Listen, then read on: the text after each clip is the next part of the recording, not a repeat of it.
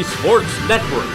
Catch the best games from Bucks and Mercer County at WBCBSports.com and our Facebook page. Your home for high school sports is right here at WBCB 1490.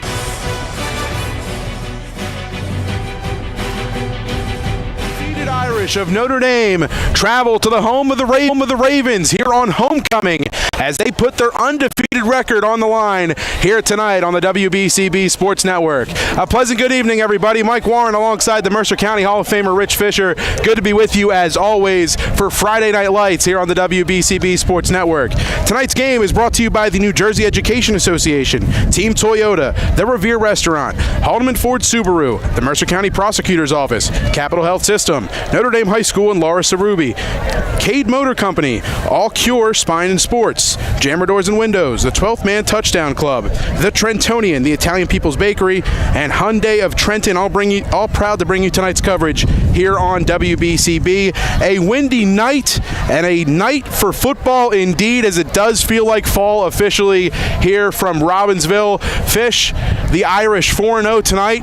Last week we saw the debut of Gabe Winovich, the Rutgers commit, alongside his future college teammate and current high school teammate A.J. Sarace. 12 carries, 162 yards, and a touchdown. He also had a sack on the defensive side of the field as well. Safe to say Winovich made his presence felt last week. How do the Irish continue that again here tonight? Well, it's keep doing what they're doing offensively. I mean, Notre Dame's everything we thought they'd be so far. They've outscored their opponents 187 to 127.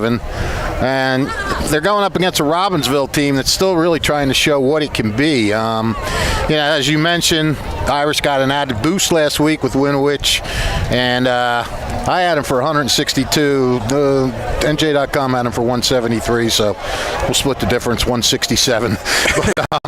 Offense has not been an issue for Notre Dame. The Irish, they still need to improve defensively, however. I mean, they took a step forward last week. Ewing got 20 of its 27 in the fourth quarter, and there were a lot of second-teamers in then, and one of those scores came by a defensive turnover. Ewing's defense scored. But, I know that the Irish, they want to start seeing some hardcore lockdown efforts, where they give up single digits in a game. And you hope for Notre Dame's sake that Winovich's presence at defensive end can really help there. I talked to him after the game last week, and he's into playing defense. He likes it. So, you hope that shores it up.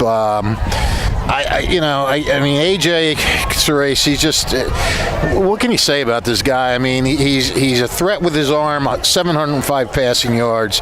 He's a threat running. He has a team-high 458 rushing yards. I mean, that's crazy. And then you got, if Winovich needs a blow, if he's tired, you got Jordan Scipio that you can throw in there. And, all Scipio did on his 2 touches was get 36 yards and a touchdown last week. So, and then the other guy, we haven't mentioned him much this year, just to mention when he does something, is Kevin Scarborough. This guy's 21 out of 25 on extra point attempts, and he got this week's Special Teams Player of the Week by the 12th Man TD Club. The offense, there's no problem with the offense. I mean, Notre Dame, what do they have to keep doing? They have to keep doing what they've been doing offensively. Defensively, they really still need to tighten up a little bit. You want to start getting better now. You're 4 games into the season. You're about at the midway point. It's time to start getting better in certain aspects of the game. Now, Robbinsville, they're coming in at 1-3, and I think the Ravens were hoping to be a little bit better at this point. Last year they had a slow start. They were 1-4. They had a rash of injuries to their starters. But when those guys came back, they finished 4-1 to end up 5-5. So that gave Coach Andrew Patterson, he talked to me in the summer, and they said he thinks, all these guys back to start the season, I think we're going to be in better shape. They've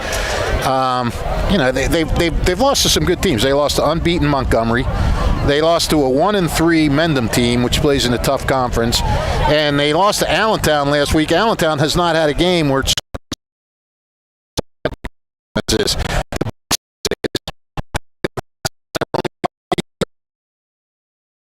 potential is there for this team to do things and play good teams tough. But like the Irish, Robbinsville has to tighten up their defense a little bit. They've allowed an average of 25 a game, and you take out that win, they've averaged 31 points per game in their losses. That's not going to get it done. especially tonight. I mean, you got now. I don't know how you're going to slow down Notre Dame. That's up for Andrew Patterson to figure out. But quarterback Luke Hanuskin, is it Hanuskin or Hanuskin? I'm not Hanuskin. sure. Hanuskin. He's been most of the offense. He's a little like A.J. Surace, but Surace has a running game to go with his everything else. Hanuskin has been most of the offense. He's thrown for 834 yards and 8 touchdowns.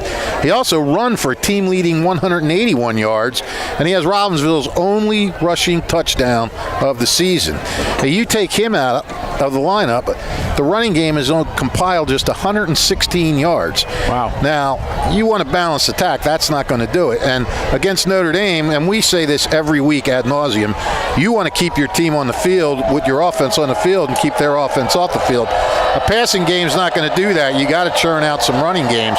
Notre Dame or Robbinsville is going to have to do that. I think you're going to look for Notre Dame. They'll probably just focus a little on the passing game unless Robbinsville shows it can move the ball on the ground. Then they'll make adjustments. Look, I don't think the Ravens are as bad as their record says they are. They've got solid starters. Their depth is a little suspect. And like everyone else this year, they're looking for a way to try to hang around until the end and maybe try to steal one against the Irish. That's what you can only hope to do. There's such a disparity in depth and talent with the Irish and so many other teams that you got to try to figure out a way to steal one, maybe be a little unconventional, pull out a few trick plays, do some crazy things on defense. One thing we saw last week with Ewing that did work for them offensively was attacking the seam of the defense, of the Irish defense, and big plays down the middle of the field have been a problem for the Irish defense. As they take the field here from Robbinsville High School, the Irish sporting the white road uniforms, the blue numbers, blue helmets, baby blue helmets as always, and the Irish here as they make their way to their sideline. But that defense, as we mentioned, they gave up 100 points through their first 3 games exactly, and still trying to find themselves. So the first 4 weeks into week 5, a 4-0 record for Notre Dame on the line tonight here for homecoming for the Robbinsville Ravens. A great turnout on hand, a filled student section for the Robbinsville Ravens, and a USA theme for them tonight. The Hooligans traveling on the road for the Notre Dame student section as they try to fill their road bleacher. A great atmosphere for Friday Night Lights here on the WBCB Sports Network as we await the arrival of the Robbinsville Ravens here on the turf tonight. But an exciting night for football. The 4-0 Irish led by A.J. Surace and Gabe Winovich. We talked about how Robbinsville might be able to steal one here tonight. It's attacking that defense in the middle of the field, Fish. But one guy who's really been all over the field for the Irish this season has been Connor Rozika, one of the returning rotational guys from a season ago. He's right in the middle of this defense, and he's seen 7-8 tackles a game pretty consistently. Started out the season with 14 tackles at Wayne Valley. An impressive start from him this year on tape. Yeah, why not? He's a defensive weapon. I mean, you can have offensive weapons. You can also have defensive weapons, and he serves as a defensive weapon. And Will Renda has been very steady on that defense for those guys this year too. He's been Yes, he has. He's been pretty tough. If you look at one of the things that the Irish have to worry about, that defense has to worry about, is the receivers Grayson Hopkins and Chris Naprikoski. Those guys have 29 catches between the two of them, 14 and 15 for a lot of yards. They're Hanuskin's favorite targets. Yeah, you're right. That Notre Dame does have some defensive studs out there that and how they use them. They have a lot of flexibility with how they use them, and that can often cause confusion for an offense if you don't know where the guy's going to be lined up and where he's coming from. We saw last week as well A.J. Surace's number 1 target have a touchdown, and Wyatt Moore coming off of a stellar sophomore season. Moore was in a hoodie with his jersey over top of it and shorts, so not suited up here tonight. No. He's sidelined tonight, and we'll see how A.J. Surace can use his offense. Michael Quinn, a very valuable receiver for the Irish, coming up with an interception as he is also the starting safety on defense just a week ago against Ewing. Quinn's going to be targeted quite a lot, as he always is on a week-to-week basis, but now he is the solidified number 1 coming into tonight's game. You got to think this Ravens defense is going to be keying on him through the aerial attack. Yeah, you would think so. One issue with Quinn is he's dropped a few this year too. He's had some some passes right in his breadbasket that they've dropped. He's caught more than he's dropped, but you want to make sure you hold on to that ball, especially when you don't have your running mate on the other side of the field there for you. So but he is tremendous. Secondary, I don't even want to call him a secondary receiver. He's been a prime target a lot of times. To have one receiver in high school is great. To have two is even better, and especially on a night like tonight where you're missing a guy, you still have a go-to guy to go to. And you could see a uptick in targets and receptions tonight for the junior wideout in Tyler Stefanisco. Stefanisco's been a steady slot option for Surace this season, and really we could see a breakout game from him tonight. As we mentioned, no Wyatt Moore for the starting offense for the Irish tonight, as he is sidelined here in this one, but still a ton of weapons for this Irish offense. We talk about Chase Winovich, but the one guy Gabe Winovich, the one guy we talk about as well is Jordan Scipio. Has no reason to lose the spot. Then Gabe Winovich was waiting behind him to be officially instituted into this starting lineup after having to sit out from the transfer rules. But Scipio's been a valuable back. You mentioned only a couple of touches last week, 36 yards and a touchdown. You have to think anytime tonight where Winovich needs a breather, they're going to feel pretty comfortable handing things over to Jordan Scipio, as he's been able to really break off large runs of 20-plus yards all season before Winovich was instituted into the starting lineup. Yeah, I mean, and Scipio knew what was coming. It's not like he's like, oh man, I can't believe it, I did this good. He knew all along that he was going to be, a second back after that. But look, he doesn't care because he's going to college as a defensive back. That's his main position. I mean, he was basically, holding Winowich's spot until he got here, and now he can still focus on his defense. They still use him on special teams, and he'll get his touches. He only had 2 last week, but you never know.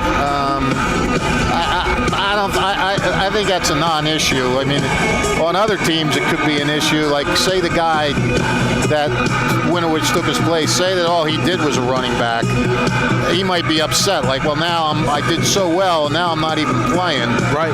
Whereas Scipio is, he's going to play. He's going to play on defense. Scipio last season, it wasn't even a question. This season as well, the number 1 corner on the depth chart. And when you look at teams in the Western Jersey Football League and the West Jersey Football League across it, aerial attacks are a very popular thing. Throwing the football, a very common theme.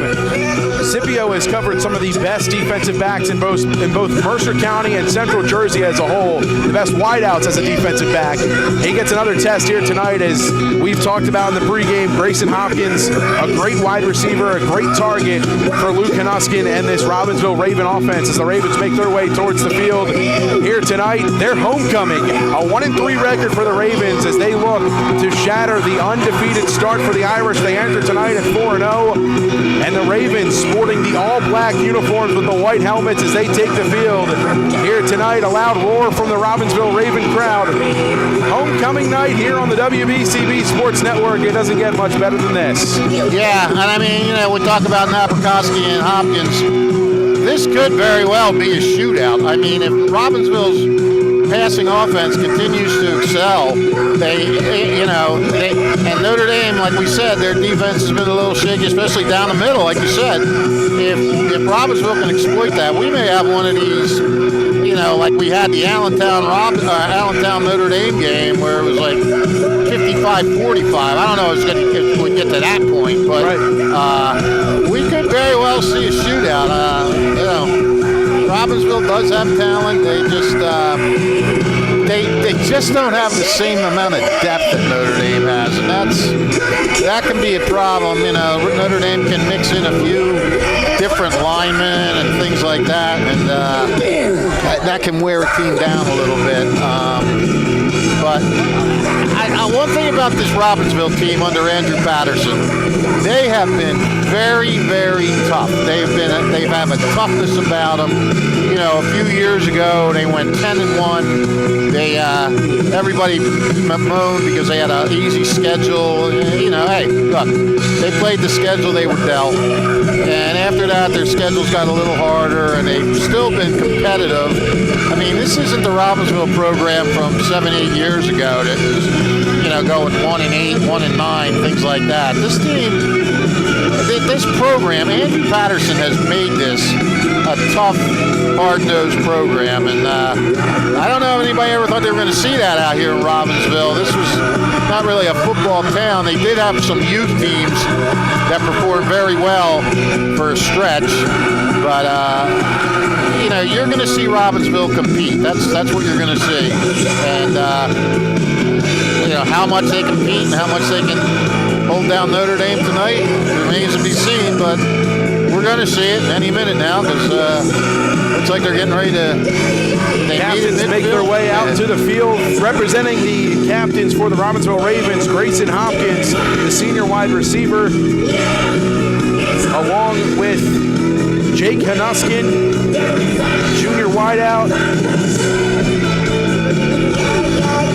Also representing Robbinsville for their captains here this evening, number 38, Chris Naperkowski, and number 55, Sebastian Lee. So again, Naperkowski, Lee, Hanuskin, and Hopkins, the captains for the Robbinsville Ravens. Connor Rozika and AJ Serace, the captains for the Irish of Notre Dame, meeting at midfield for tonight's coin toss. I don't know. Did I forget my Robbinsville roster? I think I did. Oh, no. Hey, wait a minute. Oh, there it is. Got it mixed up. You know, we talked about a couple of the Irish defensive guys, a couple of guys you want to watch on defense for Robbinsville. Anthony Inverso, he's just a sophomore. He's second on the team in tackles with 28. He's got 21 solo tackles, which is also second. They're both second to Lee and Aston Borski, who's got 30 total tackles, 25 solo, and Astroboski has five sacks. So that's a guy that the Irish offensive line is going to want to keep an eye out on, because he can get to the quarterback and he can create a little havoc. He's a 5'9", 170-pound linebacker. The Ravens won the toss. They defer to the second half. The Irish will receive first. So we will see A.J. Serace, Gabe Winowich, and the Irish offense first in this one. Homecoming for the Robbinsville Ravens. We'll get to see their defense. We'll step aside here from Robbinsville High School as we honor America. Friday night light action here on the WBCB Sports Network between the Irish of Notre Dame and the Ravens of Robbinsville High School is next here on the WBCB Sports Network.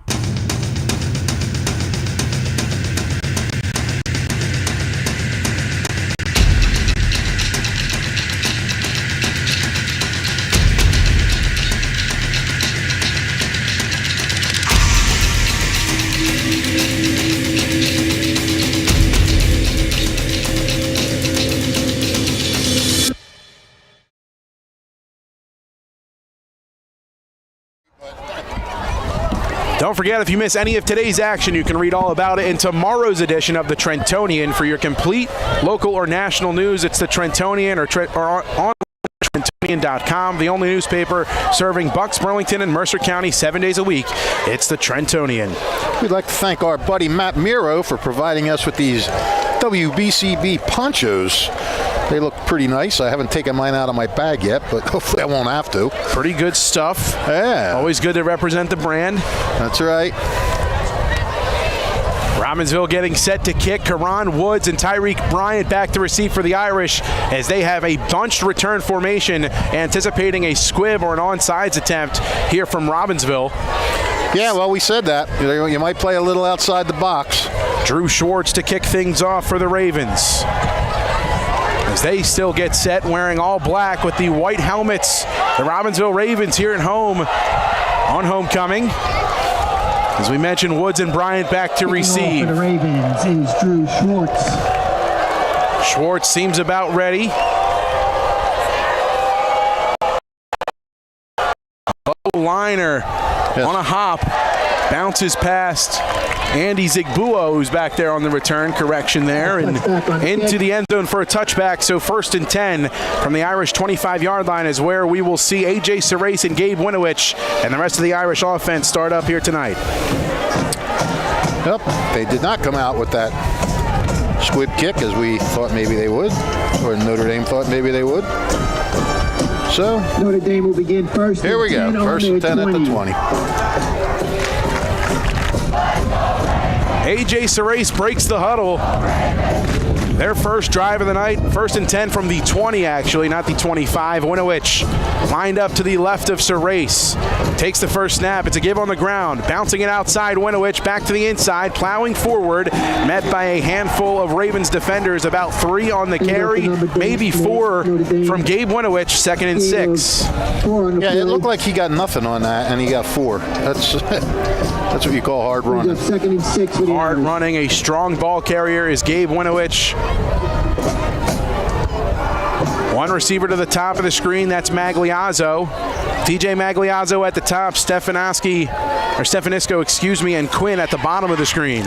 In motion comes Magliazzo. They'll give it to him on a sweep, trying to bounce it outside, turning it upfield, and he's met by Grayson Hopkins on the outside. Minimal gain at that, maybe a yard. It'll bring up 3rd down at about 5, maybe 4. Give him about 2. Call it 1.5, 3rd and 4. We saw Magliazzo last week at the end of the game playing quarterback. Yes, we did. They use him as a running back today. A shortstop for the Notre Dame baseball team. Punter as well for this Irish football team. 3rd and short. Serace drops back, looks left side. Now he rolls out with pressure, turning. A flag is down, lets it go deep downfield. It is caught. Quinn with space at the 20, the 15, 10. He's brought down there, but this one could be coming back, as it looks like holding as the flag thrown well in the backfield. Yeah. A big completion downfield is going to be brought back, it seems like, and it is holding against the Irish offensive line. No, that's a tough one. You get a big gain like that, that's always tough to have it. Well, he did have some extra time there. Maybe the hold's what gave it to him. Wasn't sure exactly who it was on, but the play broke down. Serace extended it with his legs, set himself behind the line of scrimmage and let it go. Would have been good for gain of about 45, but that one marked off the board. Irish get it now, 3rd and long for the Irish. Ball back on their own 16-yard line. Serace commanding the huddle, has the play as they break. It'll be Stefanisco and Quinn at the bottom of the screen. Magliazzo joining them as well. Trips to Serace's right. Winovich next to him in the backfield. Play action. Serace dropping up. He's going to use his legs. Now he's going to throw it over the middle. Quinn. He's all alone. No one's going to catch him. Michael Quinn right down the middle. No flags down on the field, and that's a touchdown. Serace to Michael Quinn. And the Irish strike first in this one. You know, that's when you know you're living the good life with an offense. You have about a 45 to 50-yard completion called back because of a penalty. So what do you do on your next play? You go all the way for what, an 86-yard touchdown. I mean, not a lot of teams can do that. You're down in dumps. You had a big play called back. Now you got 3rd and long. So what do? Quinn gets behind everybody. That had to be a defensive breakdown. Somebody was supposed to have Quinn that didn't. All he had to do was catch it and run. Scarborough's extra point is up and good. 10:01 to go in the first quarter. The Irish lead 7-0 over the Ravens of Robbinsville. An 84-yard touchdown pass from A.J. Serace to Michael Quinn as they connect on their first offensive drive here tonight. Impressive stuff from the Irish offense to start. That's just you usually don't see teams bounce back like that with something like that. You see them come back and maybe try to get the first down or something, and it's amazing. It's time to view the world through Jammer Doors and Windows, a family-owned and operated local business since Babe Ruth started playing for the Yankees in 1920. And today, Jammer continues to SWAT home run sales, service, and installation of garage doors and openers, entry doors, patio doors, storm doors, and windows. Jammer Doors features Rainer garage doors, steel or aluminum, and crafted for dependable, long-lasting service. Jammer Doors and Windows do their own work and installation using no subcontractors, saving you money. Avoid the big box stores and save with Jammer Doors and Windows. Visit their showroom at 2850 Brunswick Pike, Business Route 1 in Lawrenceville. Yardley showroom open by appointment. Call 215-493-7709. That's 215-493-7709. Jammer Doors and Windows, proud to sponsor tonight's contest here on WBCB. Scarborough set to kick things off as we'll see the Robbinsville offense here for the first time tonight.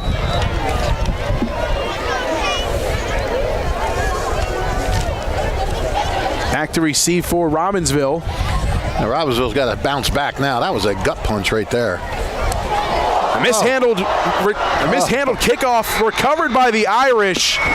A great recovery by Notre Dame coming up with the loose ball. Anthony Kelly. It'll be first down and 10 to go for Notre Dame just outside of the 10-yard line. That football was recovered right around the 15. 1st and 10. A.J. Serace and the offense make their way back out onto the field as the Irish able to benefit on a Robbinsville mistake. Yep, they said that was a gut punch. How are they going to react? They didn't react well.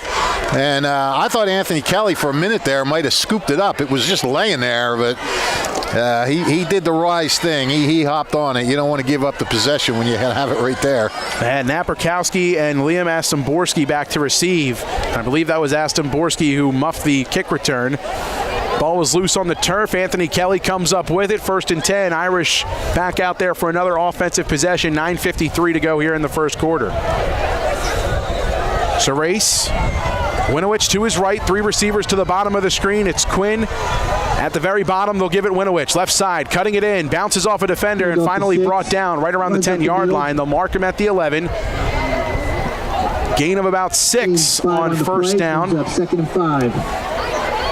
2nd and 4. Ball spotted on the Robbinsville 11-yard line. Irish going no huddle here. Serace looks to the sideline, gets his play. Liam Kilcommons, the receiver at the top of the screen, typically a tight end on the depth chart. Quinn at the very bottom. Winowich to the right of Serace, takes the snap. Read option, Serace keeps, rolls it out right side, looking for space as he's brought down right around the 9-yard line. Serace plowing his way forward and a Raven down on the field. A little bit banged up after that one of the outside linebackers for the Ravens. Injury timeout down on the field, needing to be attended to. Timeout on the field. The outside linebacker for Robbinsville. Robbinsville cannot afford injuries. I believe it's Karthik Dandabata down there who is injured. So he comes over to the sideline. 3rd and 3. Easily 4-down territory here. Split receiver set for the Irish. Winowich to the left of Serace. They'll give it to him on the sweep right side. Bouncing off a defender. Plowing forward is Winowich as he gets shoved out of bounds and a late flag comes in at the end of the play. We'll see who this goes against as Winowich having some words with some of the members of the Robbinsville defense. Could be a costly penalty against the Irish. We'll see. A late flag coming in from the far side. Unsportsmanlike conduct against the Irish. That's going to set him back. Unsportsmanlike. What is that, 15 yards? Called on the Irish. I believe so. I'll bring up 3rd down and long from the 19-yard line in Robbinsville territory. Irish able to convert on 3rd and long last time. A big hitter from Serace to Michael Quinn for their first 6 of the night. Going to need another one here, Fish. Yeah, they are. But again, it's 2-down territory. They'll get. they have 2 shots to get in there.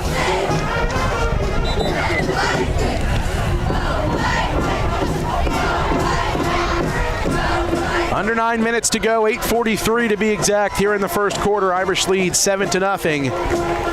Kilcommon's the tight end on the bottom of the screen. Magliazzo, the receiver at the bottom. Serace looking left, fires. It is caught. Stefanisco has it. Gain of about 5 on the completion will bring up 2nd down. Now is that they gave Winowich the first down on the carry, and the penalty came after the play was over, so made it 1st and long. 2nd down and about 5 for the Irish. Ball spotted on the hash closest to their sideline. Serace with Winowich to the right. Looks right side. Screen for Stefanisco. Complete. Cuts it back inside at the 10. Tackled around the 5. As he crosses the 1st down marker, it'll be 1st and goal for the Irish. Ball spotted right around that 8-yard line of Robbinsville territory. Yeah, that wasn't 1st and long. That was 1st and 10 they gave him. So, but now it's, okay. Where's he at, the 5? Ball spotted around the 6-yard line, it looks like. Serace going no huddle with the Irish offense. Winowich to his left. 2 receivers at the top. Play action. Serace keeps, turns it upfield, looking for the pylon. He's in. It's a touchdown. Serace uses his legs for 6. Well, penalties don't seem to bother Notre Dame. They got hit with a 15-yarder, then a 10-yarder, and nothing fazed them. Just like that. Less than 5 minutes into this one, the Irish with a 2-score lead as they look to make it 14-0. Scarborough out for the extra point. Magliazzo on for the hold.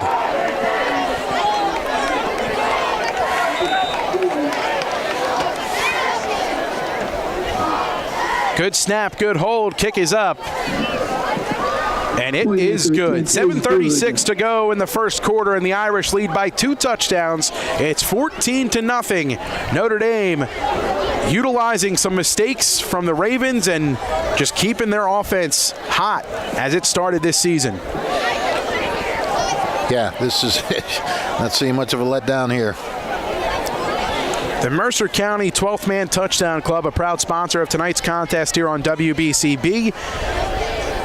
October 4th, the Impact Performers, the Touchdown Club, is proud to recognize those players who have had a significant impact on their team's performance through the first half of the season. The Touchdown Club will pay for 2 players per school at Massimo's Restaurant, 1035 Washington Boulevard in Robbinsville, New Jersey. The event starts at 7 p.m. Again, the Mercer County 12th Man Touchdown Club, proud to bring you tonight's coverage here on WBCB. Got two pretty good student sections here today with Notre Dame's hooligans, and on this side of the field we got Robbinsville's flock. The flock was everywhere last fall with the soccer team. Clean field time for the Ravens with bouncing off of men onto the right side. The Irish defense finally there as the kick coverage team, rather. A couple of Irish hats on the stick. Aston Borski, a strong return. Good field position to start for Luke Hanuskin and the Robbinsville Ravens offenses. We'll get to see them for the first time here tonight. Well, and that's a sign of a mentally tough kid. I mean, he fumbled the ball away on that first kickoff.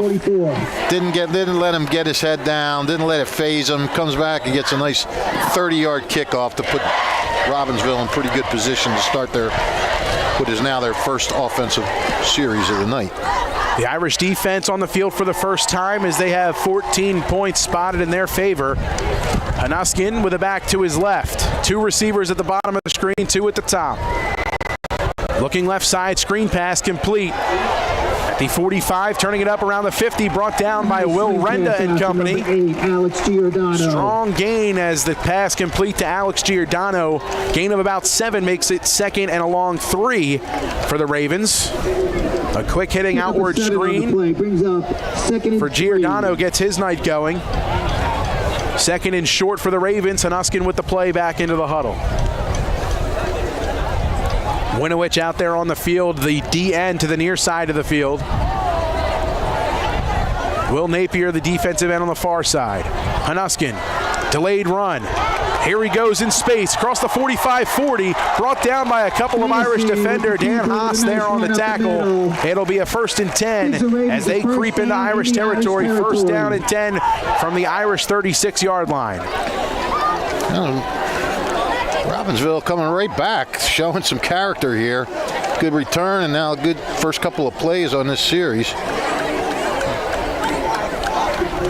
Hunuskin, like you said, they go up the middle with the run, go up the middle with the pass against the Irish.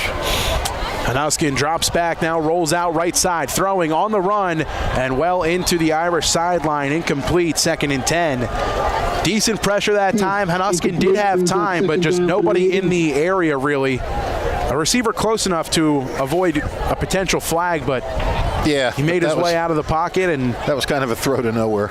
Nobody really close enough to haul that one in. Well into the Irish sideline, brings up 2nd and 10. Ball spot at the hash closest to the Robbinsville sideline. At the Notre Dame 36. Hopkins at the top of the screen. Coming in motion, Alex Giordano. Will Raftery into the game at running back. He's to the right of Hunuskin. Gets the snap, fakes it to Raftery, completes outside. It's Giordano. Across the 30-yard line, bulls over Andy Zigbuo, and he's close to that 1st down marker. It'll be a couple yards short.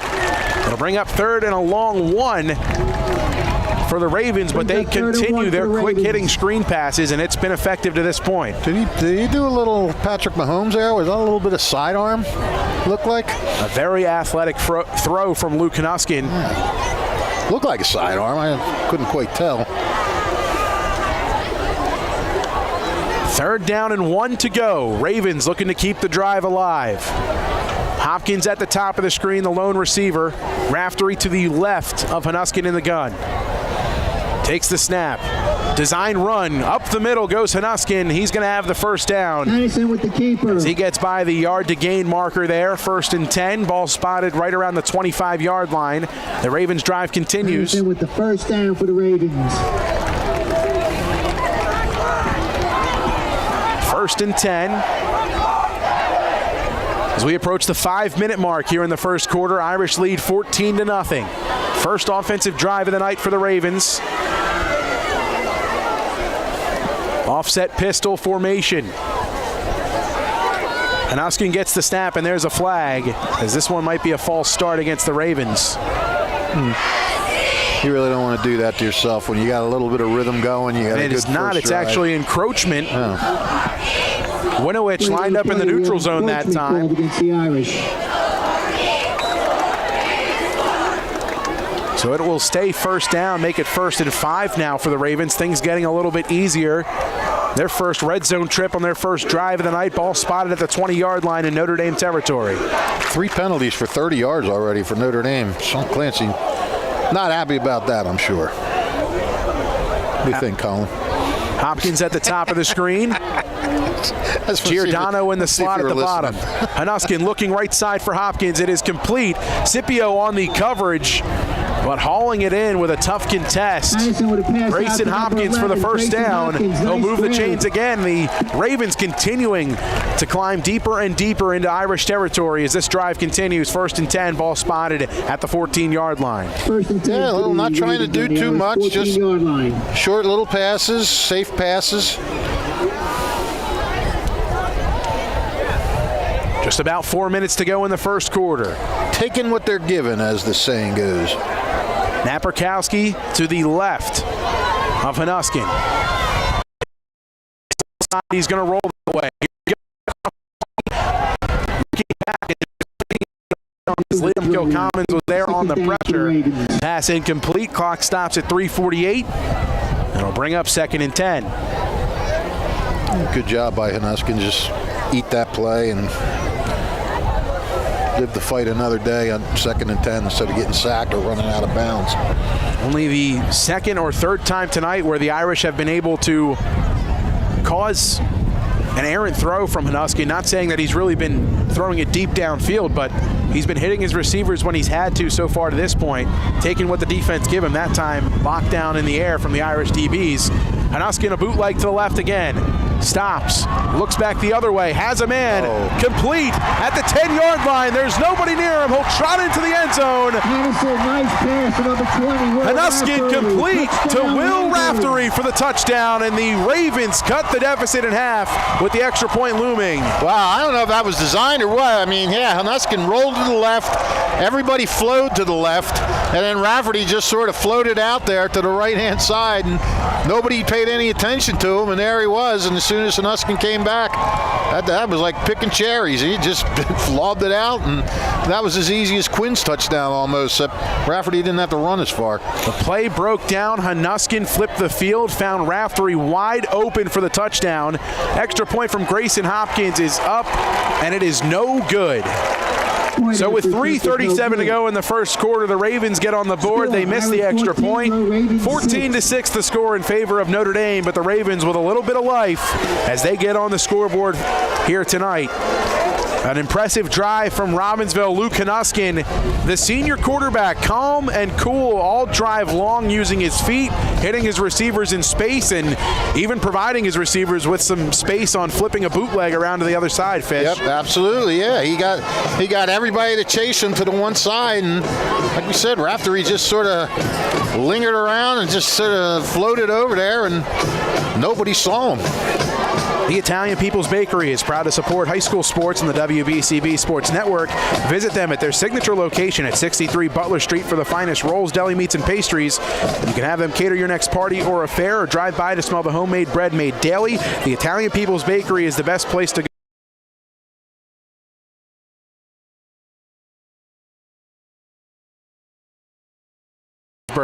The Italian People's Bakery since 1936. Well, we said this could be one of those wild shootouts. So far, they've done nothing to dismiss that theory. Schwartz's kick, a low liner, fielded and bobbled. Zigbulo recovers around the 10. Taking off with a seam, turning it upfield, bowling over a defender, and a flag comes in late. Zigbulo brought down around the 22-yard line, but this one could come back even further as a potential block in the back here. Yep.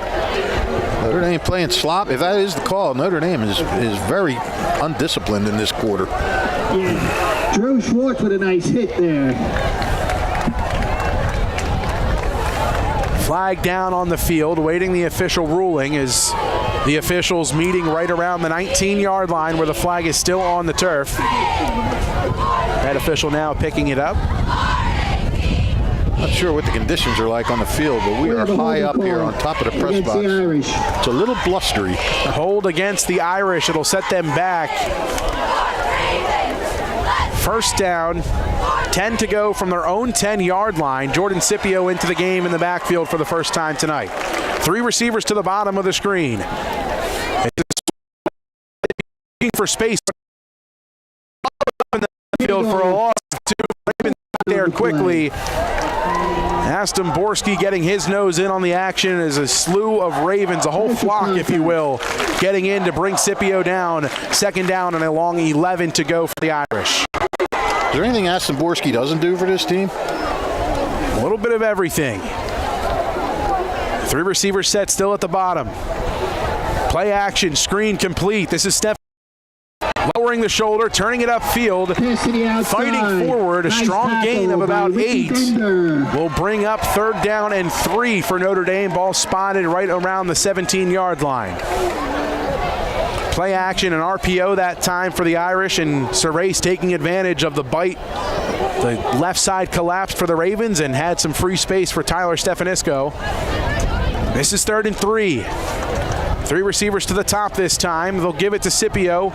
Up the middle he goes, fighting forward, and not much room as he just gets back to the line of scrimmage. That's going to bring up 4th down and 3, and Sean Clancy's going to send the punt team out.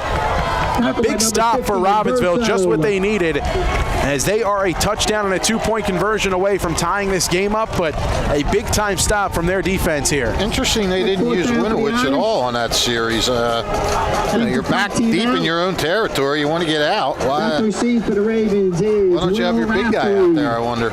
Interesting. Looks like Raftery back to receive the punt right around the Robbinsville 45-yard line. TJ Magliazzo on to punt for the Irish. Good snap. Punt is away. It's a booming punt. It bounces right around the 45. Zigbuo on the coverage as it rolls deep into Robbinsville territory past the 30 towards the 25, right at the 26-yard line is where Luke Hanuskin and the Robbinsville Ravens will get their second possession of the night. Support the Raven Regiment marching band by that's a stopping by the 56-yarder.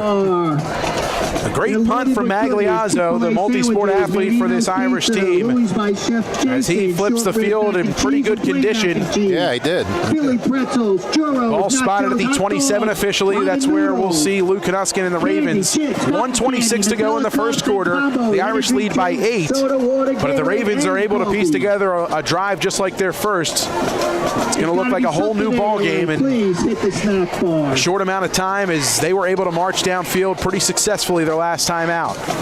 Hanuskin with it back to his right. Raftery in motion. They'll give it on the ground right side.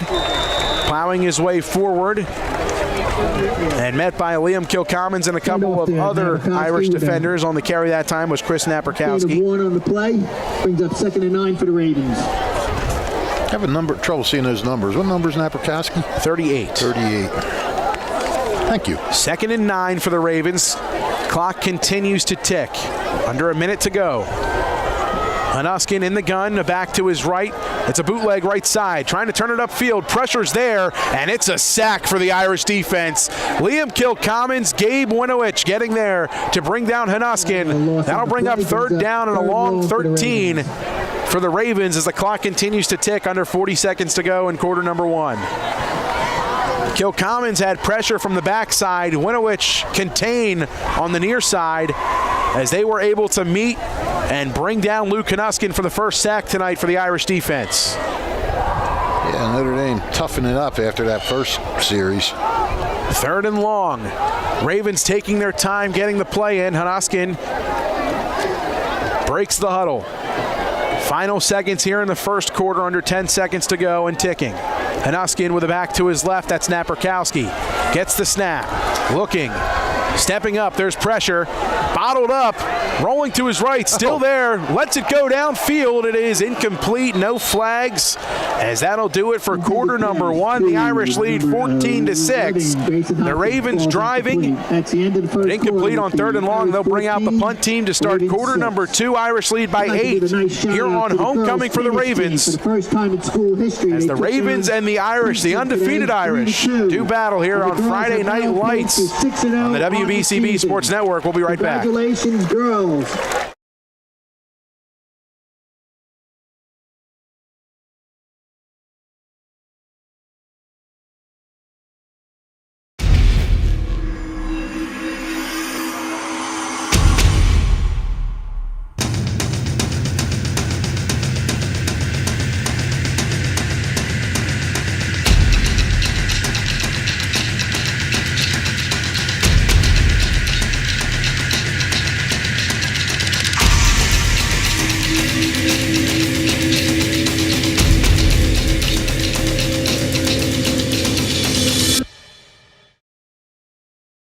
Hi, this is Mercer County Prosecutor Angelo Honorfree, and I hope you're enjoying today's game. I'd like to commend today's students for the event. Being a part of extracurricular activities, whether it's an athletic event, marching in the band, or performing in the school play, or being on the debate team, is good for today's youth. And parents, stay involved in your children's activities and encourage them. An involved parent nurtures your children to accomplish great things. I'm proud to support the youth of Mercer County.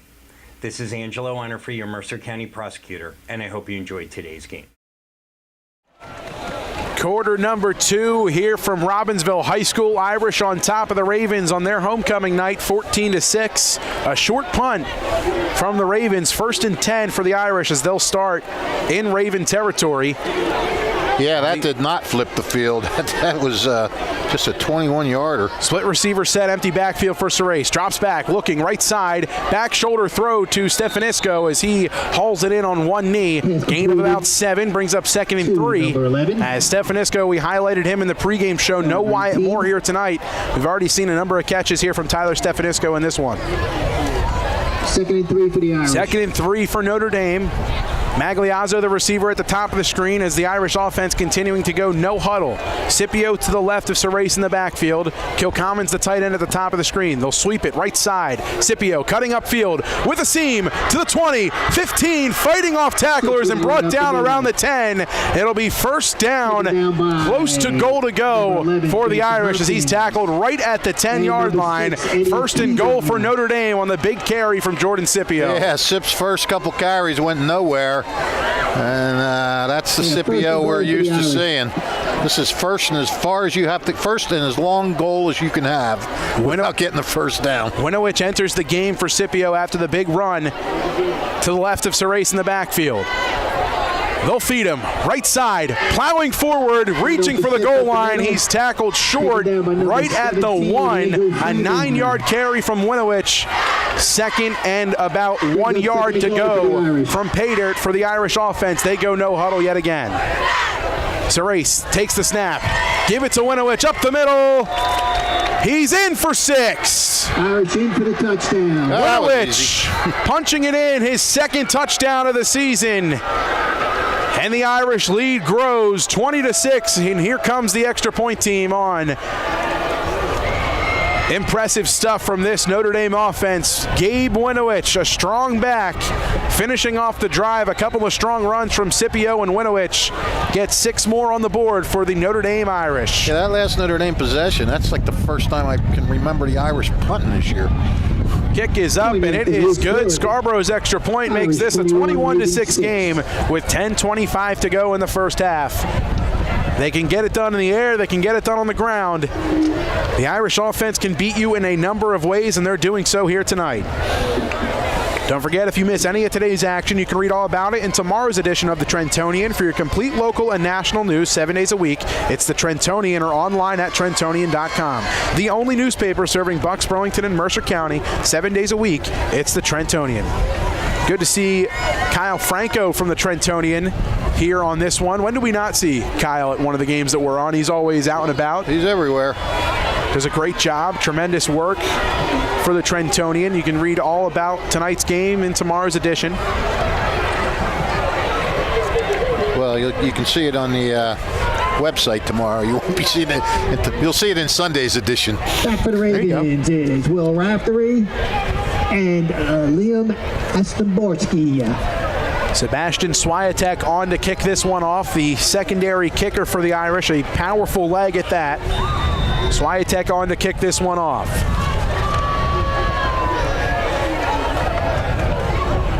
Naperkowski and Astomborski back to receive. A high flying kick fielded at around the 10-yard line. Naperkowski taking it around the 25, tackled around the 30. First and 10 for the Robbinsville Ravens. Ball will be spotted at the 31. And out comes Luke Knuskin in the Ravens offense, looking for a response after the Irish offense able to punch it in. Yeah, they'd like to have another little drive like they had before. Made some nice plays, ran some clock. Then Notre Dame stiffened up on that next series.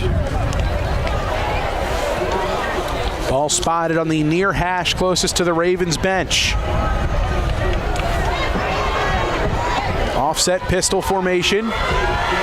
Giordano comes in motion, 2 receivers to the bottom of the screen. This is Raftery, left side on the ground, met by Renda and Kilcommons, fighting forward, a gain of about 4, makes it 2nd and 6. A strong 4 yards in the carry from Raftery, fighting off the Irish defense. Kilcommons and Renda coming in on the stop. Yeah, not a bad way to start a drive.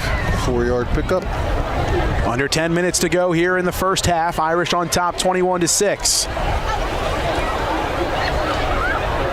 Hopkins at the top of the screen for the Ravens. Giordano in the slot at the bottom. Back to either side of Hanuskin, rolling out right side with pressure. Napier on the chase. A throw on the run complete. A big hit at the end of the play by Connor Rozika, but it'll be a first down, enough to move the chains.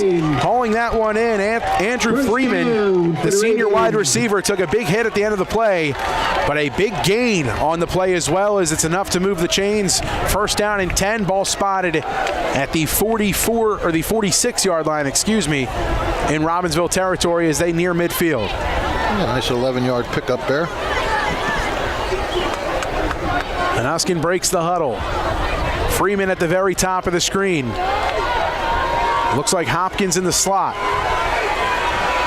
Dropping back, looking left side, it's actually Giordano in the slot. Makes a man miss, turns it upfield at the 50, and he'll be brought down right around the 50-yard line, crossing over into Notre Dame territory. Will Renda, Michael Quinn getting their noses in on the stop. Second down and about 6 to go. Under 9 minutes here in the first half. Quick hitter's been a big recipe for this Robbinsville offense. Screen passes galore. Yep. Sprinkling in the run. Raftery to the right of Hanuskin in the backfield. Play action pass. Dropping back Hanuskin. Rolling to his right. The throw on the run. Complete. Giordano fighting off a man. Will Renda shoves him out of bounds. Pass is complete. Enough to move the chains. Hauled in at the Notre Dame 40-yard line. First and 10 again for the Ravens as they continue to march downfield. Naprikoski and Hopkins are the big receivers, but Giordano's really making his presence felt in this game. Hanuskin's had just enough time in this one, and he's used his legs as well to extend plays. Comfortable throwing on the run is Luke Hanuskin. Raftery to his right. They'll give it to him right side, bouncing it out towards the sideline, knocked out by a diving Jordan Scipio. It'll be a gain of about 5 for the Ravens, second down and 5 to go, as Raftery continuing his strong running efforts tonight. Pick up a 5 on the play. Knocked out of bounds at the Notre Dame 34-yard line. It's a good drive for Robbinsville. They're just getting a good, nice amount of yards every time they carry the ball. Second and 5, Hanuskin motions Raftery to his left in the backfield. 2 receivers at the top, Hopkins at the bottom. Play action pass, screen left side. Renda was there, making a man miss. Giordano. Renda rips him down, as well as a majority of the Irish defense collapsing. There's a correction. I believe that's Andrew Freeman hauling that one. Nope, it was Giordano. Tough to see the numbers, but Giordano, again, making a name for himself, as you mentioned. Here tonight specifically, third down and short to go for the Ravens after the Giordano screen pass completed. Makes it third and manageable.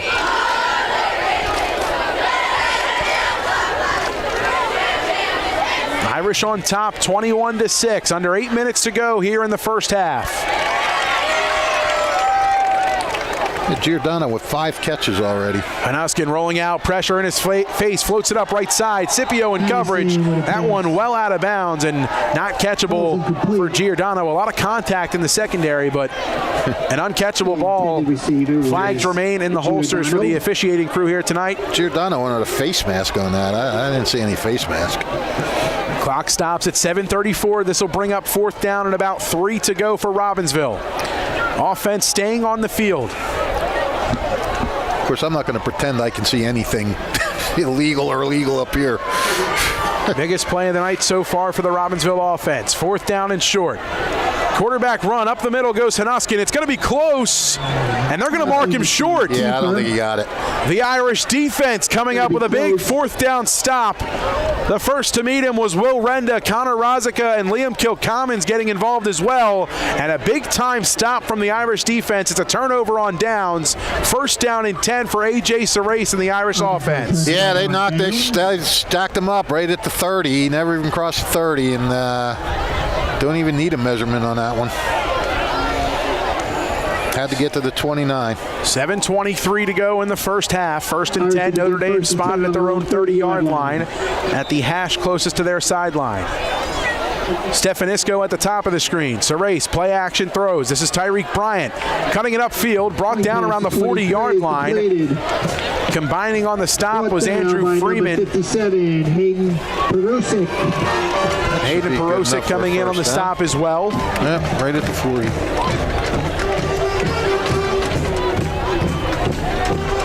That is enough to move the chains. First down and 10 to go for the Irish. Ball spotted at their own 40-yard line. No huddle, 3 receivers to the top for Surace. Bryant to his right. Excuse me, that's Winowich. Bouncing off defenders, keeping his feet churning, and into Robbinsville territory. A gain of about 11 for Gabe Winowich, excuse me. The chains move, the Irish offense continuing their drive as they stay with the no huddle. It's worked for them so far in this one. Kilcommons, Bryant, and Quinn, the 3 receivers. To the top of the screen. Play action, Surace looking, stepping up. Had Bryant with pressure, Surace fighting, and he's going to be tackled right around the line of scrimmage. A flag comes in late in the backfield, as this might add insult to injury here for the Irish. Potential holding call.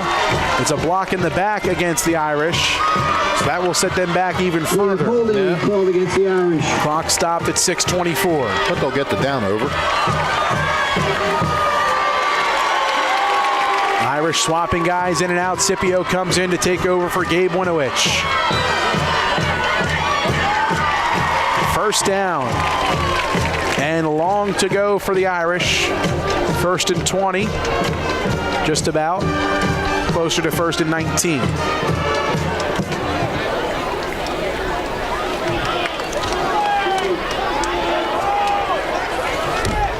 Surace with Scipio to his left in the backfield. Play action. He hits Bryant, far side of the field, turning it up around the 50-yard line as he gets tackled into Robbinsville territory. 2nd down and 10 to go for the Irish offense on the quick hitter from Surace to Bryant.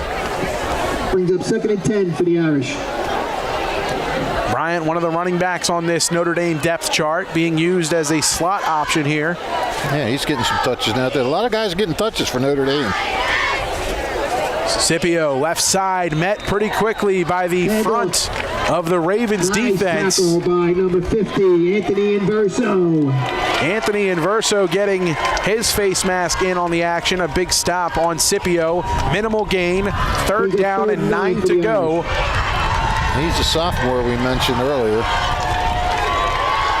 The Irish just into Ravens territory. 3rd down and a long 9.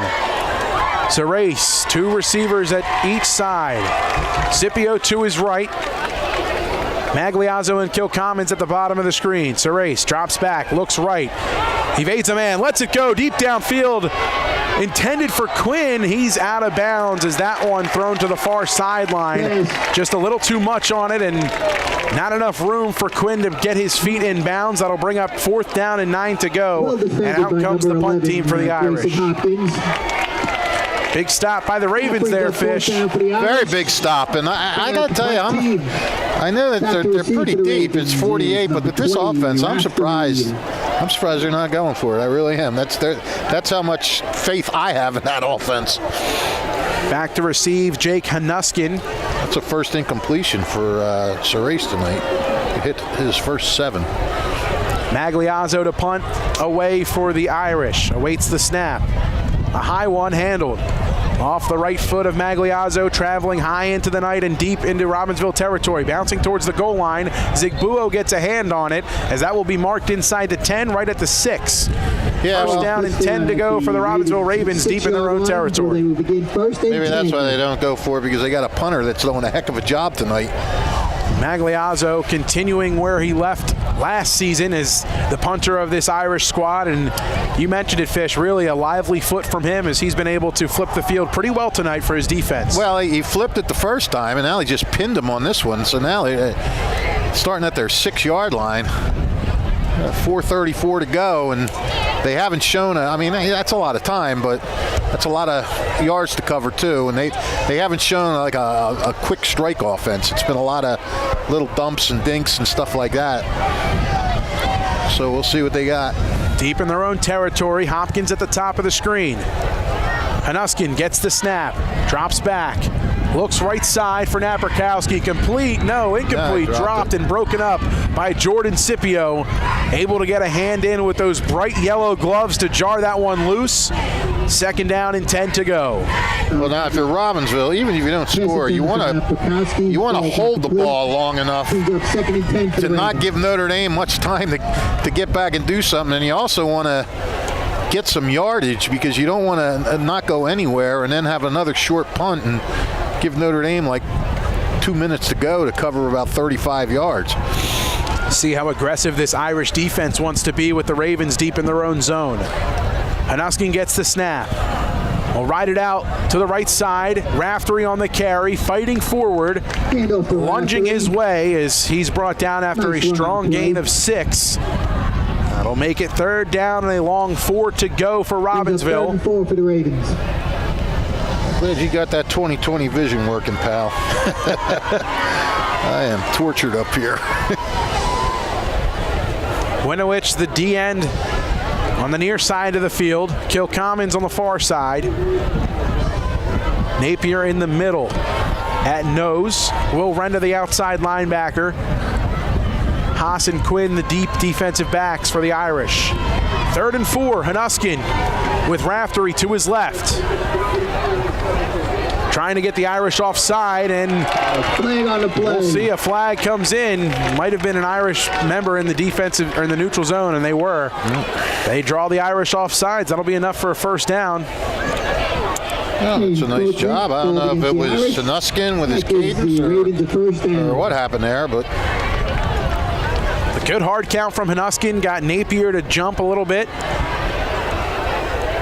couple other Irish front 7 members jumping around as well and just creeping too far into that neutral zone to cause the encroachment penalty. Zigbuo and Scipio, the defensive backs at the top of the screen on Hopkins and Giordano. Hanuskin looking left side, met by the Irish defense right near the line of scrimmage. Anderson with the key. Razika and company in on the stop, close to a sack as No gain on the play. no gain officially brings up 2nd and 10. Winovich comes out. Anthony Kelly comes in for the Irish defense.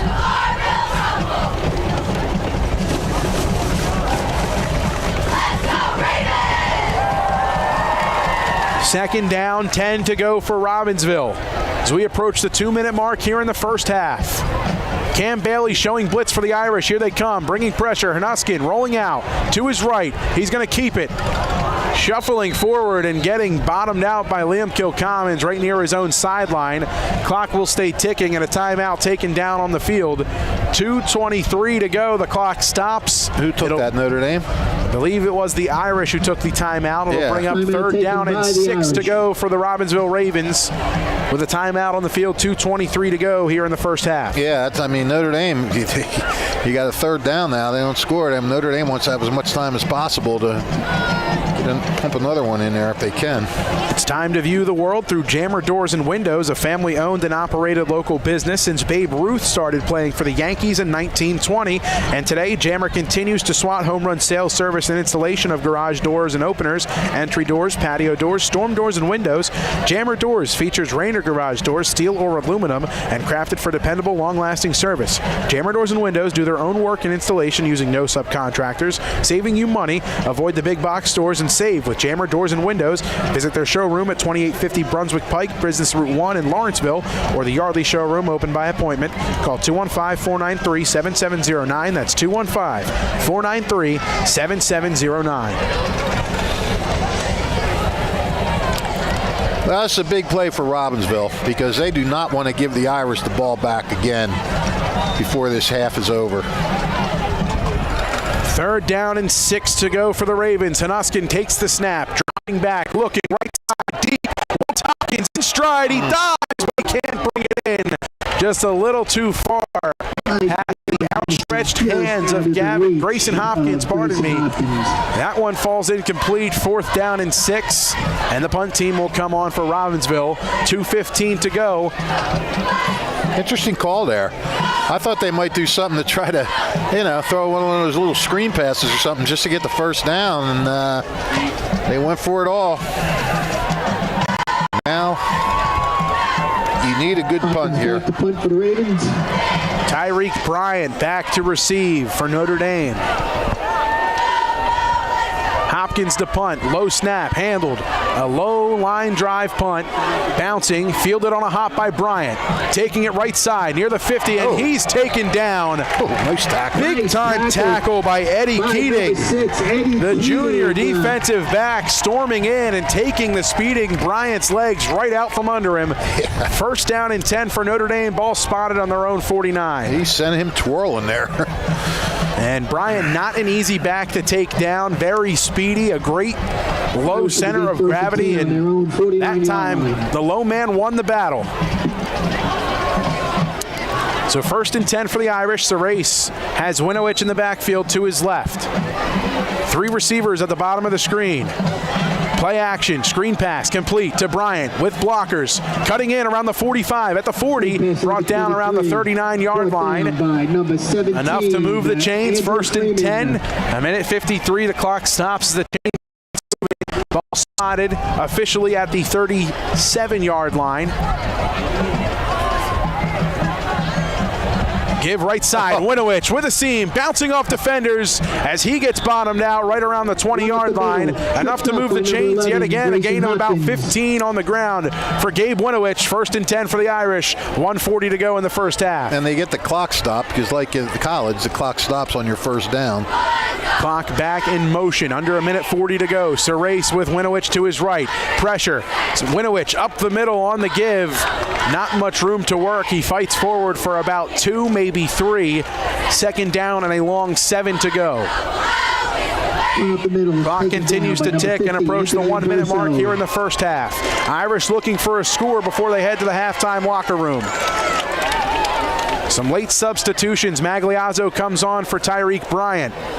Quinn, Stefanisco, and Magliazzo at the bottom of the screen. Kilcommons motion to the top. He's the tight end. Second and a long 7.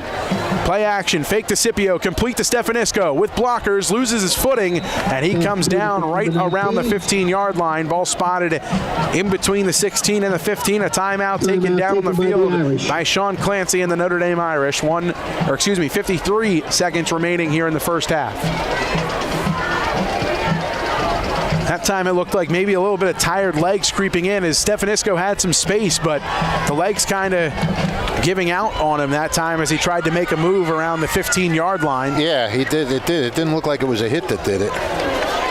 We talked about it in the open and a little bit during pregame. No Wyatt Moore tonight for the Notre Dame offense. Hasn't plagued them to this point. A.J. Sarace has been able to find receivers both in the air and doing it himself with his feet too, but you're seeing right there the rotation of wide receivers a little bit shortened tonight and some tired legs. Timeout taken by Sean Clancy. 53 seconds to go for Notre Dame. Ball spotted right around the 16-yard line. Third down and medium to go. Sarace looking right side, using his legs, extending the play, looking down the middle, floating it towards the end zone. It is incomplete, in and out of the hands, and almost intercepted on a tip in the end zone. The clock stops. 43 seconds to go. Fourth down and about 6 to go for Notre Dame. Decision time here for Sean Clancy. That was a great effort by Quinn. He went high in the air, just couldn't pull it down. That would have been a really good catch. And there was no other place that Sarace could throw it. You throw it a little less, it's picked off. You throw it a little long, it's picked off. So it would be, if Notre Dame did elect to kick a field goal, you're looking at about a 26-yard attempt. The ball spotted at the 16-yard line. Scarborough with a pretty strong leg. Yeah, well, it'll be about a 33-yard.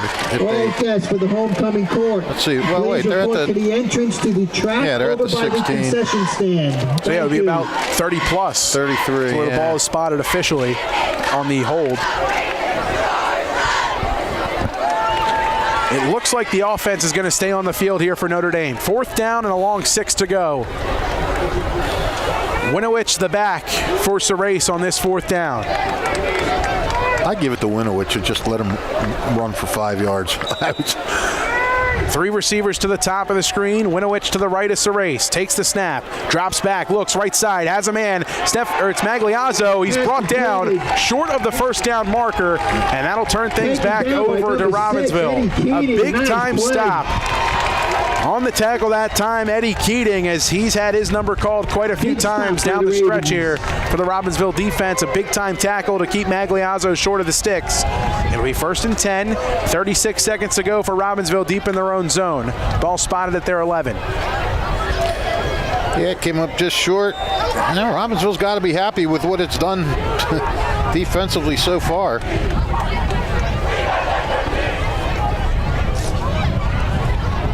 So Hanuskin comes back out onto the field, deep in his own territory, 36 seconds to go. Be surprised if they try to do much of anything here. The Ravens with just one timeout remaining. Hanuskin, a bootleg, right side. Pressure coming from the Irish defense. Floats it up and out of bounds towards his sideline. On the pressure that time, Liam Kilcommons and Will Renda from the weak side. In coverage, Cam Bailey and Jordan Scipio. Nothing open down the field for Hanuskin that time. Clock stops, 29 seconds to go. 2nd and 10 for the Ravens. Well, consider me surprised. They are trying to do something.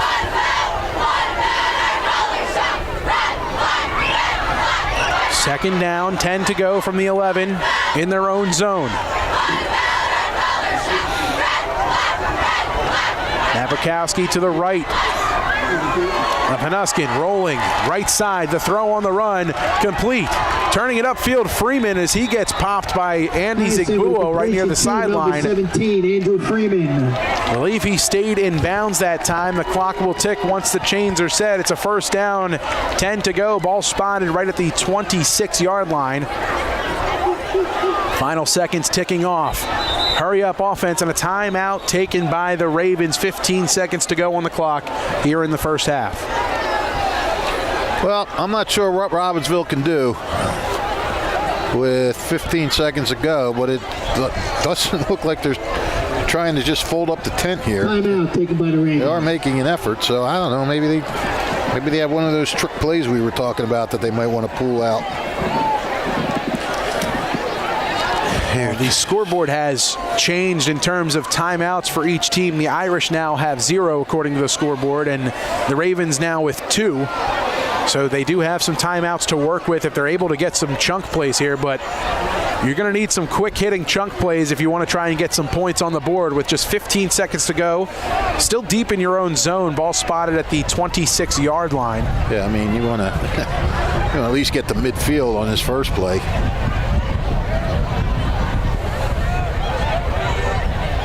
Quinn, the lone safety for the Irish defense in the middle of the field. Hanuskin, split receiver set, looking right side, complete. This is Giordano fighting forward, and he stays in bounds. Tackled past the 40-yard line, right around the 45. Chains moving, clock stops at a timeout taken by Robbinsville. 1st and 10, ball spotted at their own 44. Excuse me, their own 43. Ravens taking a 2nd timeout. Another timeout taken for Robbinsville is decent chunk yardage that time, enough to move the chains yet again, down to 1 timeout. 8 seconds to go here, Fish. Yep. What do you do? Maybe we see a hook and ladder. That'd be fine. That'd be nice. Interesting. You mentioned it in the pregame, something to catch the Irish defense off guard. This would be the time to see maybe a trick play or something of that magnitude. Why not? Let it rip. I know. I mean, yeah. If you got it, pull it out. Pistol formation. 3 receivers to the bottom of the screen for the Ravens. Hanuskin looking right side, complete. Freeman makes a man miss. Gets out of bounds at the Notre Dame 45. 1 second should be on the clock. As the clock does hit 0, he did get out of bounds with 1 second. The refs point up to the scoreboard. They say there's 1 second remaining. We'll see if they all agree on this. Looks like they will. They're going to stay on the field. Still 1 second to go. Ball spotted at the Notre Dame 45.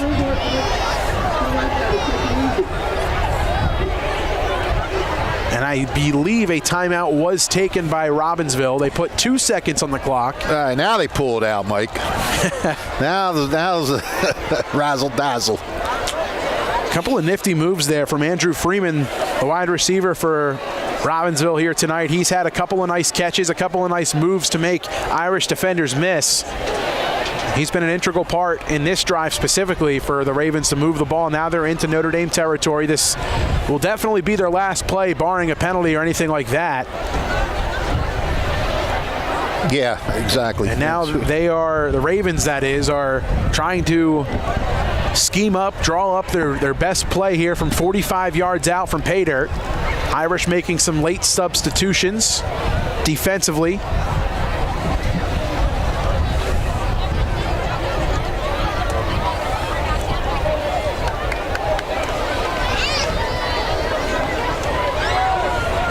The Irish dropping their defensive backs well deep into coverage. Around the 25-yard line, 4 defensive backs hover around that 24, 25-yard line area. Hey, you don't want anybody to get behind you. And Uskin takes the snap. Looking right side down the seam and intended for Freeman. His back wasn't turned in time. And that's going to do it for the first half here from Robbinsville High School. 2 quarters in the books. The Irish on top, 21-6. The undefeated Irish a half away from improving to 5-0, but the Ravens looking to have something to say about that here on their homecoming tonight from Robbinsville High School. We'll take a quick break. The Trentonian halftime show is next here on WBCB. The score at the half, the Irish 21, the Ravens 6. You're watching high school football on WBCB.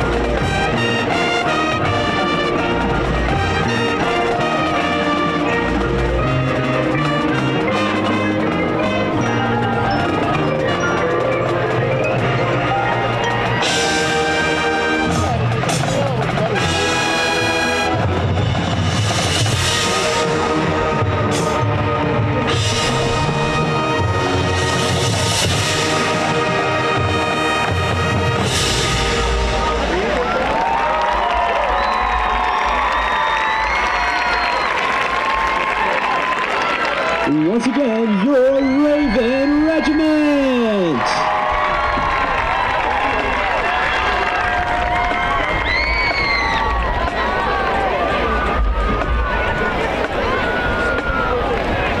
Once again, support the Raven Regiment Marching Band by stopping by the snack shack. We have Chick-fil-A sandwiches, Nino's Pizza, Louis by Chef Jason.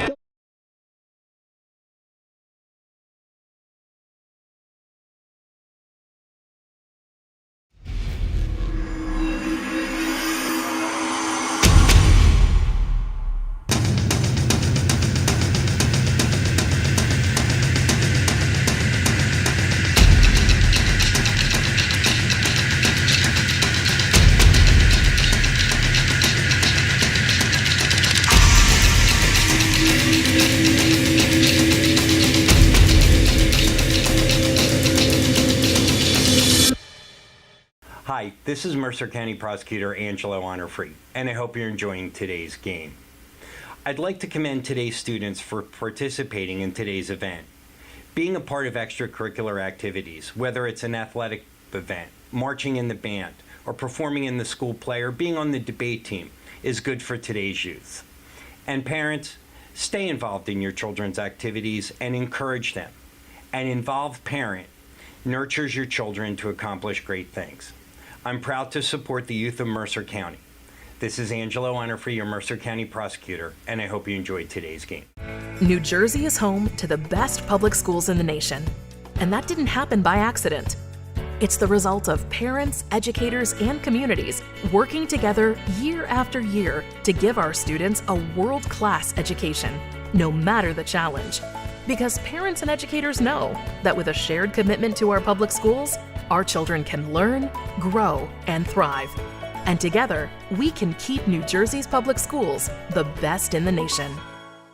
This is Angelo Honorfree, your Mercer County Prosecutor, and I'd like to take this opportunity to wish all of our Mercer County student athletes the best of luck, and also urge parents to stay involved in your children's school activities. Extracurricular events are a great way to keep your sons and daughters focused, and it does not have to be athletics. They can be involved with the drama club, the school band, even the debate team. An involved student today has a brighter future tomorrow. This message is brought to you by the Mercer County Prosecutor's Office, and I hope you enjoyed today's game. Hi, Merrill Reese reminding you to come back home to traditional Italian cuisine at the Revere Restaurant, 802 River Road in Ewing Township. You'll always feel welcome at the Revere. It's like stepping back in time where you'll feel like you're dining in South Philly or New York's Little Italy. Start your meal with complimentary Hoboken bread. Choose from a menu featuring fresh seafood dishes, succulent steaks and chops, or homemade pasta dishes. You can even eat at the bar. The Revere is open 7 days for lunch and dinner. Private room available for special affairs, plus catering. For reservations, call 609-882-6365. That's 609-882-6365. Come home to traditional Italian cuisine. The Revere Restaurant, 802 River Road, Ewing Township. Here from Robbinsville High School, the Irish, the undefeated Irish at 4-0 on top of the Ravens, 21-6 here at the half on the WBCB Sports Network. This is the halftime show brought to you by the Trentonian. Don't forget, if you miss any of today's action, you can read all about it in tomorrow's edition of the Trentonian. For your complete local and national news, visit the Trentonian online at trentonian.com, the only newspaper serving Bucks, Burlington, and Mercer County 7 days a week.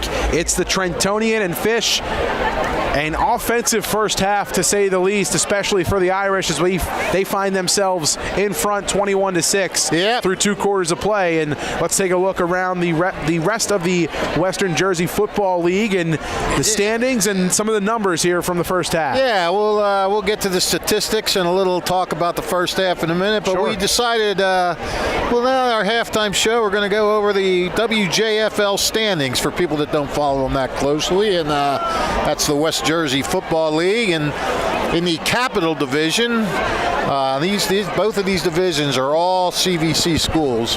So in the Capital Division, you have surprising West Windsor Plainsboro and Allentown tied for first place at 2-0. West Windsor 3-1 overall. The Redbirds 2-2 overall. Hightstown is in second place at 1-1. Their only loss coming to the Ravens here, and Hightstown is 3-1 overall. Robbinsville is 1-3 overall. They are 1-1 in the league. Steiner 0-2 in the league, 1-2 overall. Lawrence 0-2 in the league, 0-4 overall. In the Valley Division. Wait a minute, you know what? That was the Valley Division. I'm sorry. That was the Valley Division, everybody. It's in the Capital Division. Notre Dame and Hopewell Valley are tied for first at 2-0.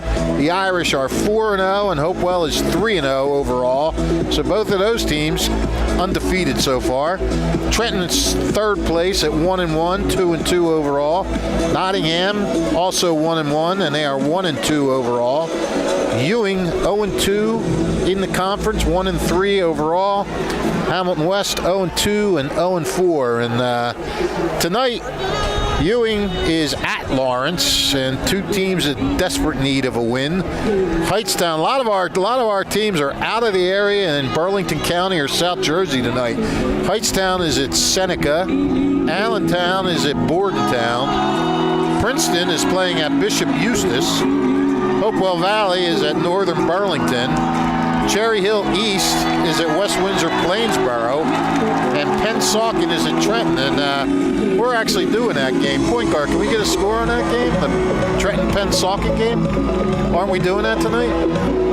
I thought Joe O'Gorman said he would be there. Originally, we were on that game tonight. It was last minute removed from our docket of games here on the WBCB Sports Network. Never mind that. And then tomorrow, we only have two games, but they're both here on WBCB. We have undefeated Montgomery at winless Hamilton, so that might be a long day for the Hornets. And then we have the Battle of Clockner Road, where we will be Nottingham at Steinert's new turf field, and Nottingham picking up their first win this past weekend against Trenton. Steiner has lost a couple in a row since their opening day win, but that's always a bit of a dogfight.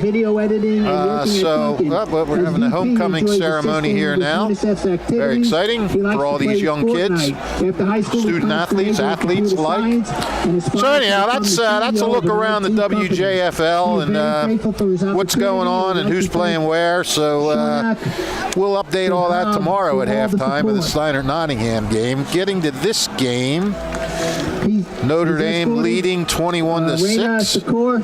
And I mean, if I'm Robbinsville, I'm happy holding Notre Dame to 21 points. Not a lot of teams do that. Notre Dame scores often and early. But the Ravens are still down by 15. Anyway, looking at the stats, rushing for the Irish, Gabe Winovich, 5 carries for 33 yards and a touchdown. Jordan Scipio, 4 carries for 30 yards. A.J. Serace only has 2 carries. He's got 8 yards and a touchdown. And Tom Magliozzo, 1 carry for 2 yards. Overall, the Irish 13 carries for 81 yards. Passing, A.J. Serace has been about as precise as you can get. 8 for 9 for 142 yards and a touchdown. Tyler Stefanisco, 3 catches for 20 yards. He's getting in the action with Wyatt Moore out. Tariq Bryant, 3 catches for 33 yards. Michael Quinn, 1 catch for an 84-yard touchdown play. And Tom Magliozzo, 1 catch for 5 yards. So that's 8 for 9, 142 yards. For the Ravens, they have only 2 guys who carry the ball. Luke Knuskin is 6 carries for 17 yards. And Will Raftery, 3 carries for 15 yards.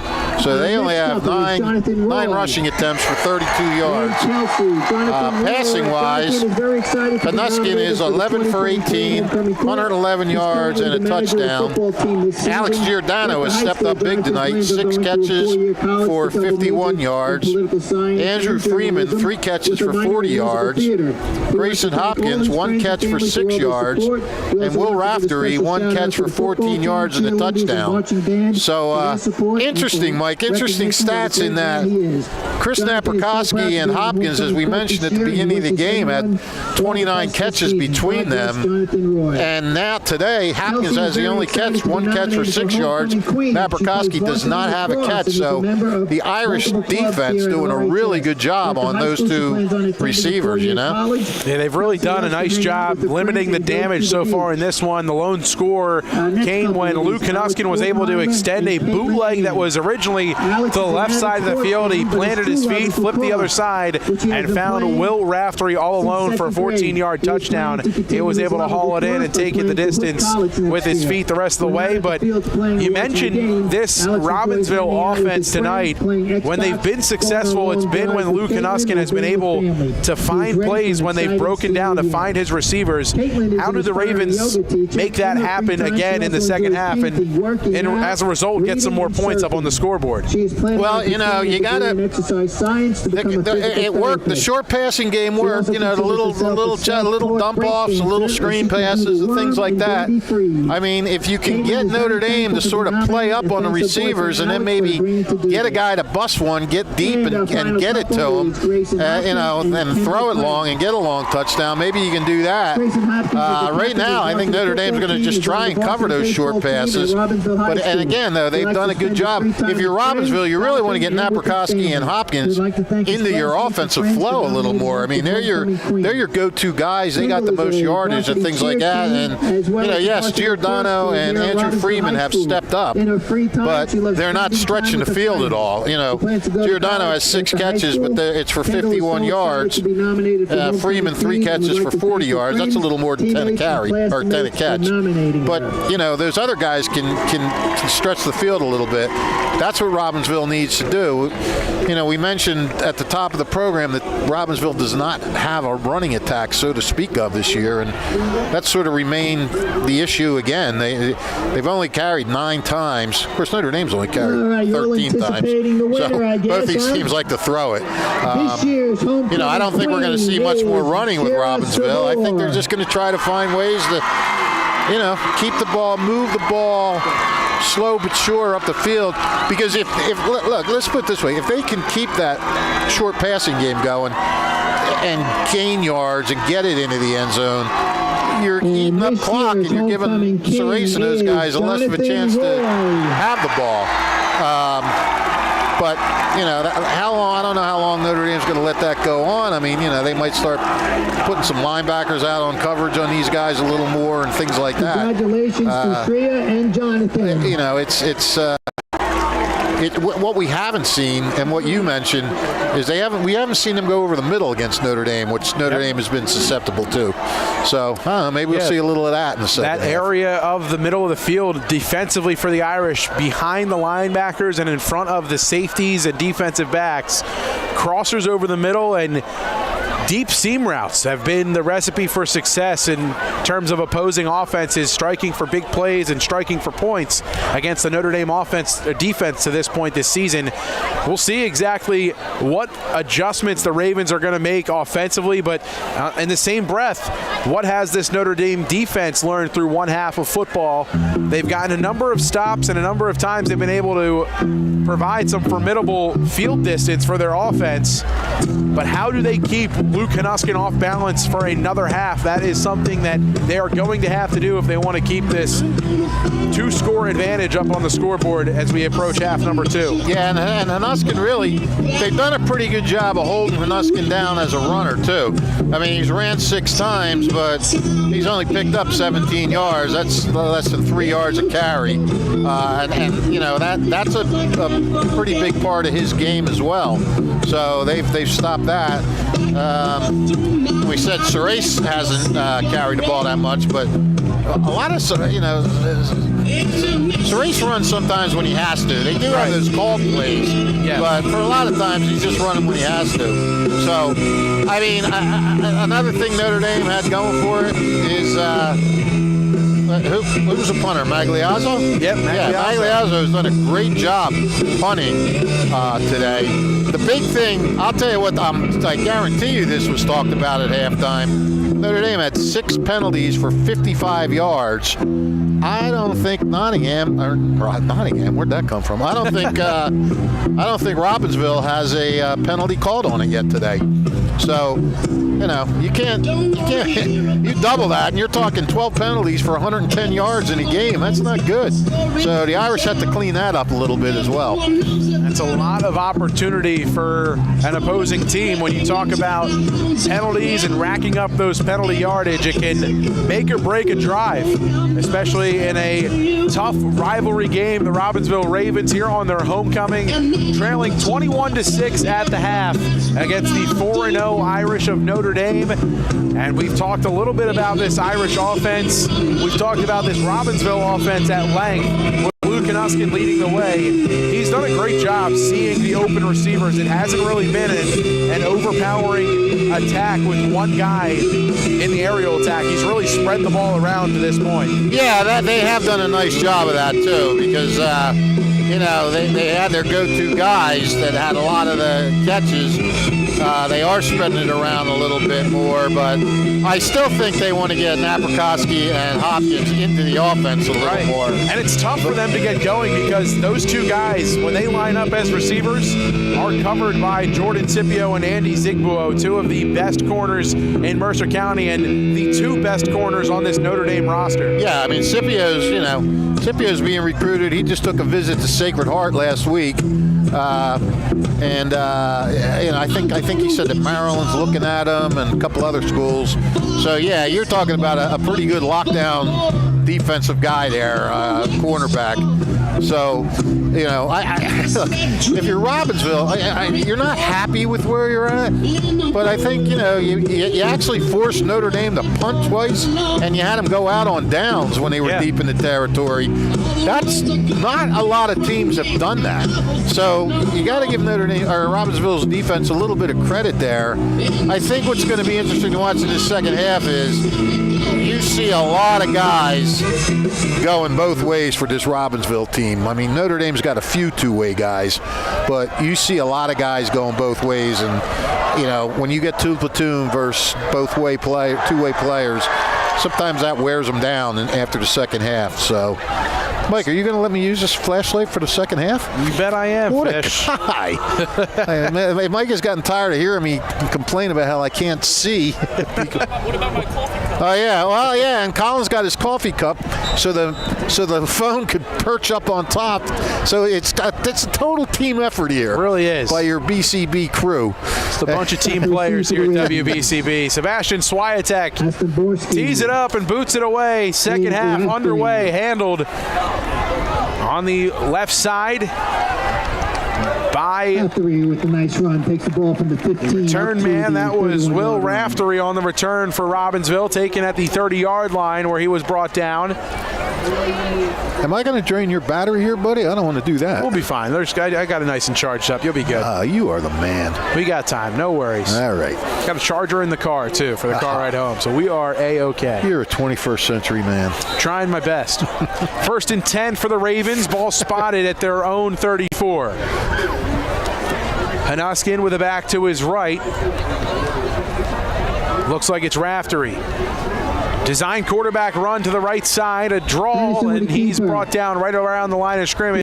Gain of about 2 from Hanuskin. Gabe Winowich out there defensively to start for the Irish. He's the defensive end closest to the Robbinsville sideline.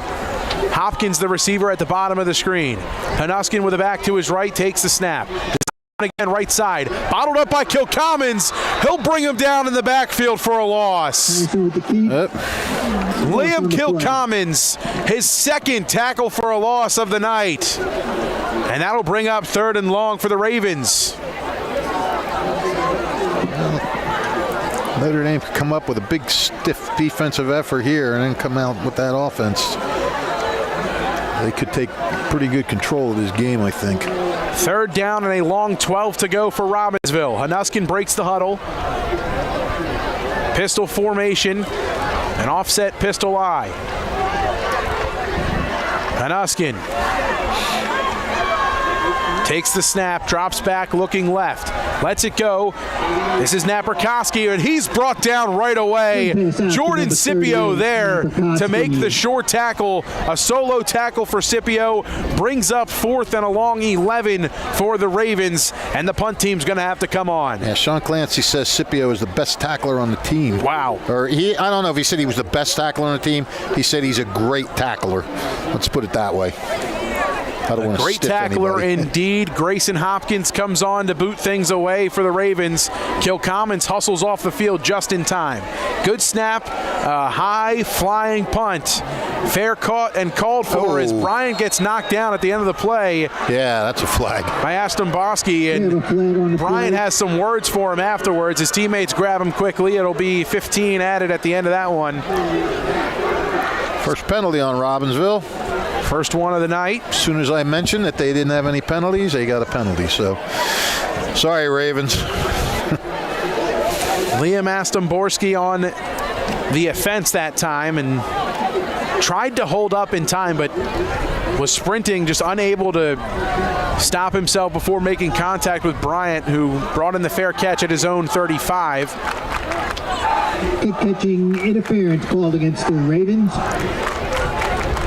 We'll bring up first down, 10 to go. Ball spotted at the 50-yard line. 15-yard penalty. Good field position to start for the Irish offense in their first possession of the second half. Serace and Winowich in the backfield. Magliazzo and Kilcommons at the bottom. Split receiver set with Quinn and Stefanisco at the top. I think it's time for the Irish to go deep. They'll give it to Winowich. Up the middle he goes, fighting forward. A gain of about 3 on the carry. 2nd and 7. Astomborski on the stop. Clock continues to tick. 9:25 and counting here in quarter number 3. 2nd and 7. 2nd down, 7 to go. Serace with the no-huddle offense all night long gets the signal from the sideline. Barks his orders out to his offensive line. Same formation for the receivers. Back to the left of Serace, looking left side, short of Stefanisco, the intended receiver that time. Brings up 3rd and 7. Only the second misfire of the night for Serace. Was incomplete. That time looked like a little bit of mistiming and a miscommunication between Stefanisco and Serace. Mentioned the pass went short, but maybe the route just a little bit deeper ran from Stefanisco that time around. Nonetheless, 3rd down and 7. Split receiver set and a pistol formation for Serace. Winowich behind him. Counter run up the middle, but he's met right away. Astomborski able to get his face in there. And Verso in on the stop as well, as the Irish are going to be forced to punt. 4th down and 6 to go. And Magliazzo comes out onto the field to boot things away. You do not see that happen to Gabe Winowich often. Well, in one game I've seen him. The sophomore middle linebacker, Anthony Inverso, 5'6", 160 pounds, going toe-to-toe with Gabe Winowich as he brings him down well short of the first down marker. Good snap. Magliazzo's punt is a high one and a deep one at that. Bounces around the 10, a high bounce, and bobbled and brought down. We'll see where they mark this one after the first touch. Should be right around the 10-yard line. First down, 10 to go for the Ravens. Ball spotted on their own 9, and Luke Hanuskin and the Ravens offense comes back out onto the field. Another great punt by Magliazzo. I mean, this kid is it's such an underrated part of the game. You know, when you walk around talking about the punter, but still, he's really done a great job for the Irish tonight. There's been a number of drives tonight where we've said that the Ravens start deep in their own territory, deep in their own zone, and a large reason for that is because of the efforts from the Irish punter and TJ Magliazzo. Tremendous stuff from him to this point. First down, 10 to go, ball spotted on their own 9-yard line. Hanuskin with a back to either side. Looking right side, letting it go over the middle, complete. This is Hopkins fighting forward. He's tackled just short of the first down marker. Gain of 9 on the quick slant over the middle from Hanuskin to Hopkins. 2nd and 1. Well, that was a big defensive stand by Robbinsville there. You don't see Notre Dame, even when Notre Dame doesn't score, they at least get a first down. You don't see them go 3 and out like that too often. And Robbinsville did a great job on that. Let's see if that lifts the offense a little bit. Lone receiver at the bottom of the screen is Hopkins. Back to the either side of Hanuskin. They'll give it right side. On the ground and plowing his way forward for the first down and then some. Will Raftery moves the chains. A strong gain of about 5 or 6 on the ground. Moves the chains. 1st and 10. Ball spotted at the Robbinsville 27-yard line. As the Ravens keeping the chains moving, keeping the drive aligned, and taking their time, trying to keep this Notre Dame defense on the field, down by 15, 7:25 and counting to go here in quarter number 3. Hopkins at the bottom of the screen, 2 receivers at the top. Dropping back, Hanuskin rolling out. Kilcommons on the pressure. Firing right side, it's intercepted. Scipio picking it off. A huge turnover forced by the number 1 defensive back, Jordan Scipio. Yeah, I'm not sure who his receiver was there. He threw that right to Scipio. I don't know if there was somebody in the area or not. It looked like the pass was intended for Giordano, as he was the nearest receiver in the area, but Scipio had that one read like a book, jumped the route, picked it off. 1st down and 10 for Notre Dame as they are in Raven territory. 3 receivers to the bottom of the screen. Winowich to the right of Serace. He's dropping back, looking to throw. Shuffling, staying alive, deep downfield, down the sideline, over the outstretched hands of Liam Kilcommons, incomplete. 2nd and 10. Kilcommons turning into a wide receiver tonight, typically a tight end. They've been stretching him out wide. That's the first time tonight they've looked his way. The 6'5" Liam Kilcommons, a multi-sport athlete as well, a basketball player for the Irish and a valuable pass rusher and tight end for this Notre Dame football team. 2nd and 10, clock stopped, 6:59 to go. Serace surveying, lets it go, right side, has a man, it's Quinn, it's caught, it's a touchdown. Serace to Michael Quinn, 34 yards in the air, and the Irish extend the lead yet again. On the money, A.J. Serace to Michael Quinn for the 2nd time tonight, Fish. Yep, it just a little bit of a post pattern. Looked like just cut over the middle toward the post. He put it right over the middle, and Quinn caught it in stride and went in. Couldn't have made that. They made that look so easy. It was almost like it was practice. Quinn surpasses the 100-yard mark on the night with that reception. The extra point is no good off the foot of Scarborough. 6:51 to go in quarter number 3. Irish on top, 27-6, as A.J. Serace strikes through the air yet again to Michael Quinn. What a connection those 2 guys have had this season. Yeah, Quinn's got 2 catches tonight, both for touchdown passes. Talk about efficiency. The Mercer County 12th Man Touchdown Club, we could be talking about Michael Quinn as one of the recipients coming up on October 4th. Impact Performers, the Touchdown Club, proud to recognize those players who have had a significant impact on their team's performance through the first half of the season. The Touchdown Club will pay for 2 players at Massimo's Restaurant at 1035 Washington Boulevard in Robbinsville, New Jersey. The event starts at 7 p.m. Again, the Mercer County 12th Man Touchdown Club, proud to sponsor tonight's game here on WBCB. Raftery and Aston-Borski back to receive. Swiatek out to kick for the Irish. Boy, how quickly the momentum can change. Robbinsville gets a big 3 and out, gets a first down, looks like they're driving. Boom, interception, Notre Dame touchdown. Raftery fields it at his own 15. Has a seam up the middle. Karan Woods the first to get there. He holds on and brings him down past the 30-yard line. Ball will be spotted around the 32. 1st and 10 for the Ravens. Well, this is a big series now for Robbinsville. They can't let Notre Dame get any more separation here. So if you're going to make a move, now's the time to make it. The Irish, 1-point lead on the scoreboard. We'll see just how aggressive they want to be here defensively, Fish. Gabe Winowich still out there on the field for the Irish defense, lined up at outside linebacker. Winowich on the pass rush, dropping back Hanuskin, rolling out right side. Kilcommons on the pressure. Hanuskin fires, incomplete, into the Irish bench. 2nd and 10, clock stops at 6:34. Hanuskin's seen enough of Kilcommons tonight, that's for sure. Every time he's tried to roll out to his right, Liam Kilcommons has had a pressure for the most part. It's been him or Will Renda that's really caused that pocket to collapse early for Hanuskin. Right. 2nd and 10. Naprikoski in the pistol formation behind Hanuskin. 2 receivers to the top and the bottom. Winowich on the pass rush. Pass completed. This is Grayson Hopkins. Makes a man miss at the sideline. Spinning back in and spun around and down out of bounds by Cam Bailey. 11, Grayson Hopkins for a completion. That pass complete for 13. Enough for a first down.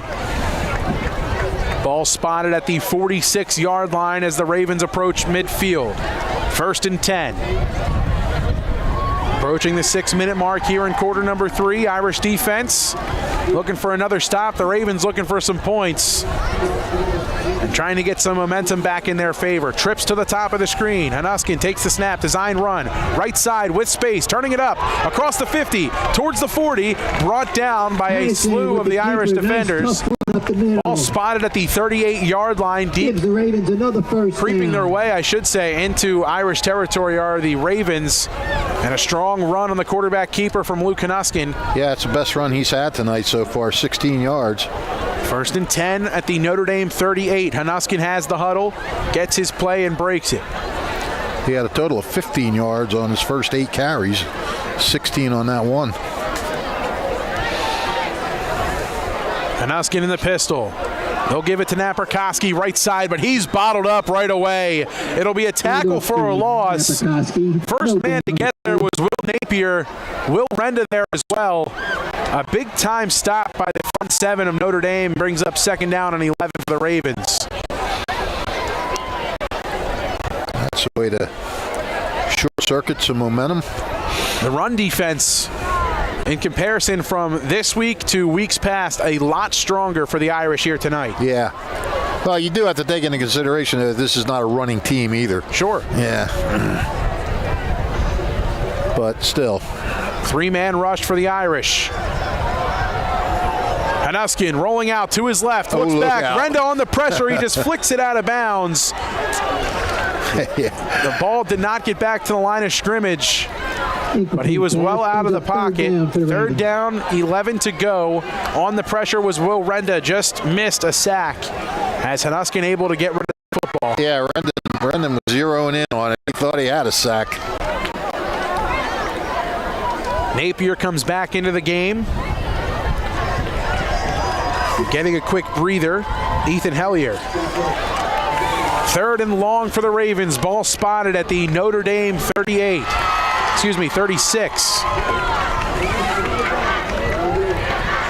Dropping back, Hanuskin looking left side, in and out of the hands of the intended receiver. That was Raftery over the middle. That'll bring up 4th and 11. My apologies, the ball spotted on the 39 in Notre Dame territory after the tackle to stay on the field, Fish. Oh, yeah, you have to now. I mean, you got 16 minutes and 40 seconds left to play in the game. You're down by 21. You're down by 3 scores. What do you got to lose? Goes to the top of the screen, the lone receiver. 3 to the bottom. Bootleg left, Hanuskin looking. Winowich on the pressure.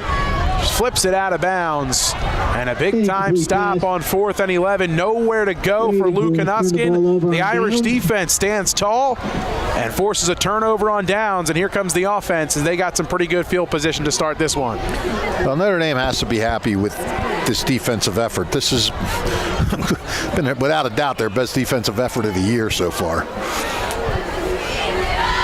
That it has, and that time utilizing the athleticism of Gabe Winowich on the defensive side of the field, a running back who can just pass rush with the best of them from the edge.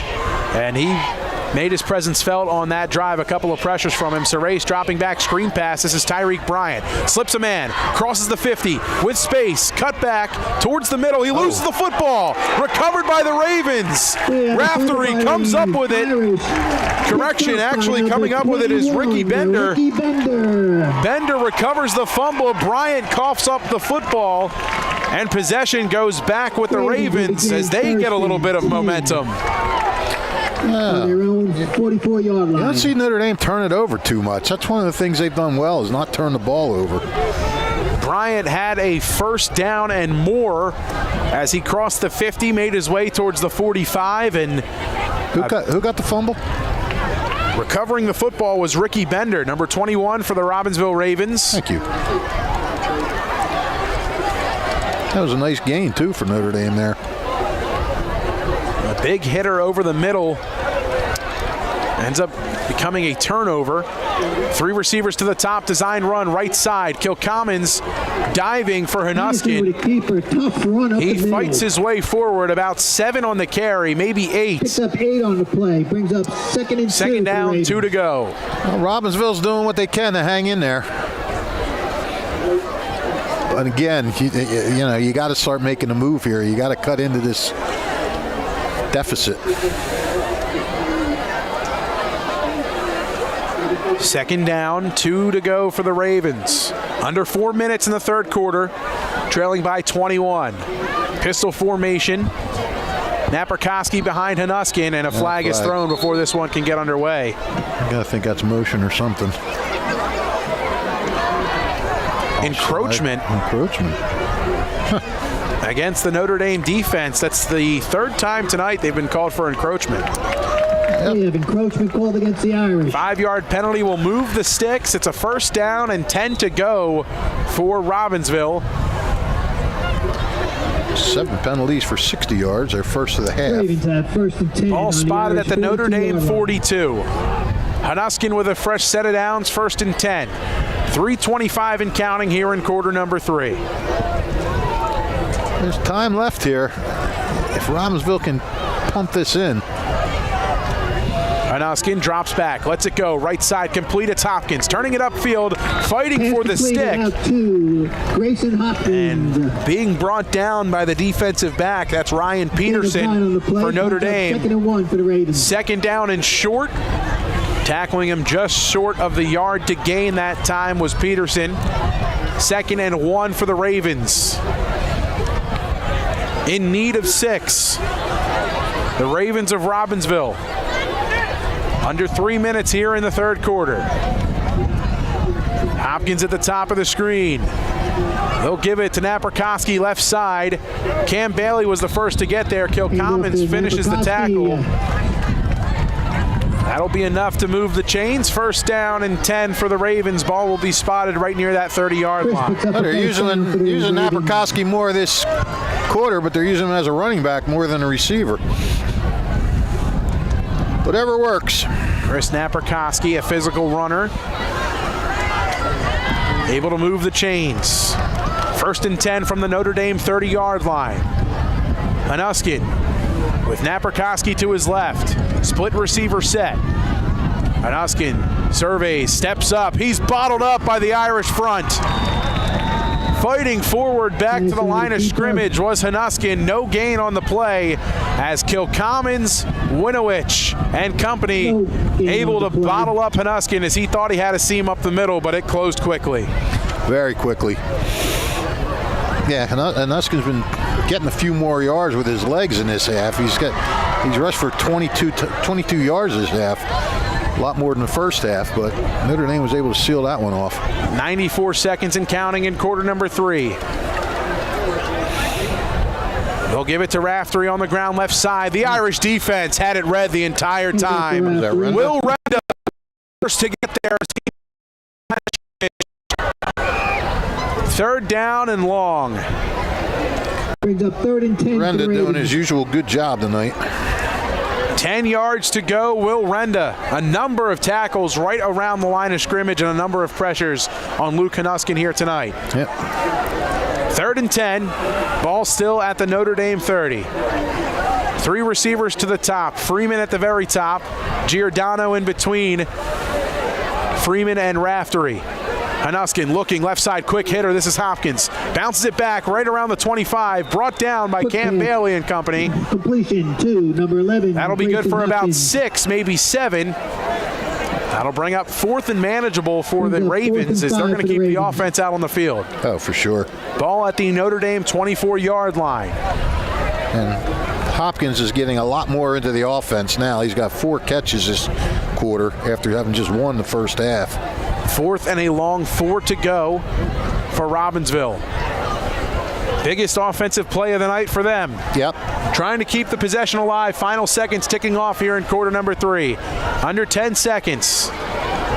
Naperkoski to the right of Hanuskin. Design run, right side, fighting forward. Hanuskin plowing through. He got the first down and then some. The final play of quarter number 3. It's a first down and 10.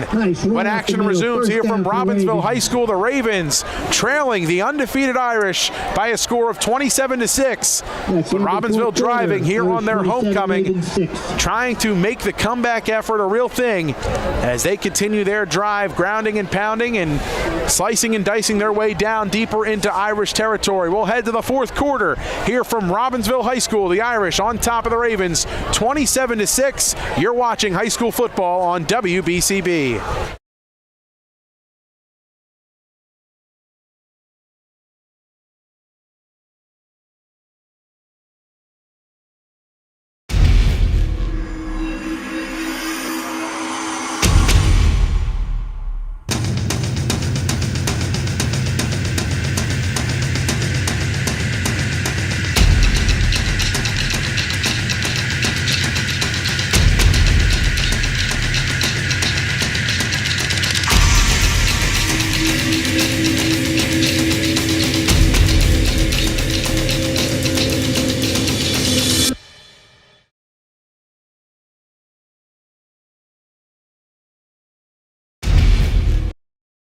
This is Angelo Onofre, your Mercer County prosecutor, and I'd like to take this opportunity to wish all of our Mercer County student athletes the best of luck, and also urge parents to stay involved in your children's school activities. Extracurricular events are a great way to keep your sons and daughters focused, and it does not have to be athletics.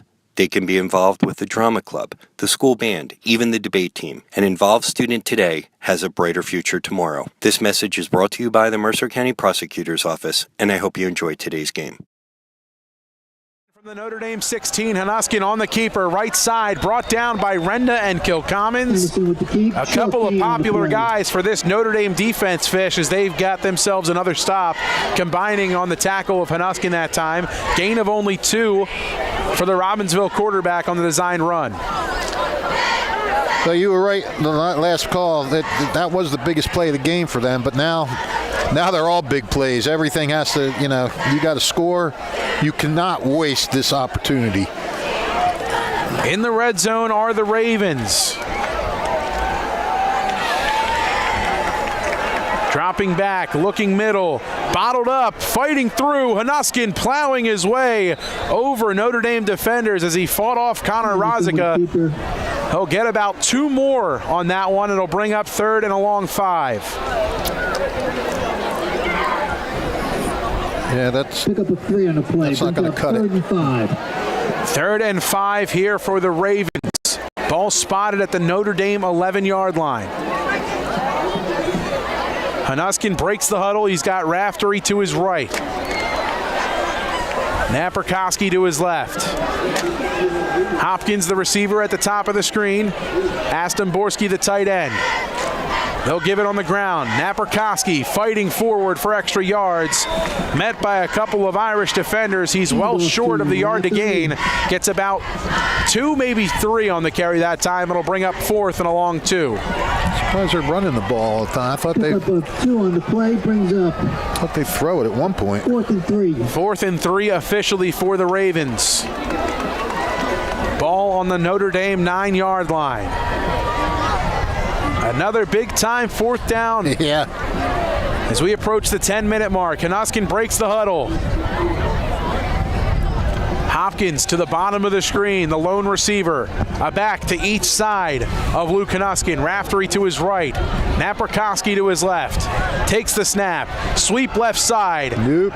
Tackled right away at the line of scrimmage by Liam Kilcommons. Another turnover on downs forced by this Irish defense. Who was that, Raftery? Will Raftery tried to stretch it out to the left side, but having none of it was Liam Kilcommons. Another tackle right around the line of scrimmage, arguably for a loss. Yeah, that's a loss there.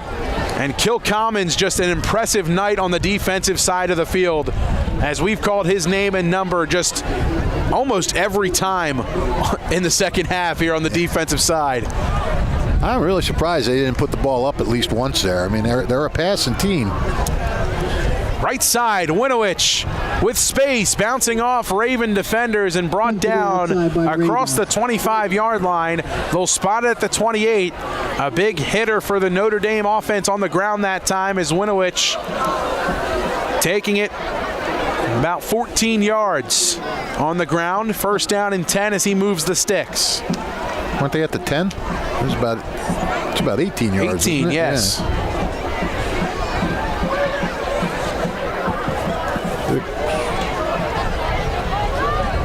Kilcommons motions back towards the line of scrimmage as a tight end at the top of the screen. Magliazzo, the receiver, at the top. Quinn and Stefanisco at the bottom. They'll go back to the ground. This time it's Scipio, churning his feet, plowing forward with a little help from his offensive line. He'll be held up short of the first down marker to gain. That'll bring up second and short. About 2 to be exact. Going quick, the Notre Dame offense. Scipio to the left. They'll give it back to him. Cuts it back inside. He's got the first down. A flag is thrown as this one likely coming back. The Irish offensive line might have gotten called for a hold or a block in the back here. We'll see.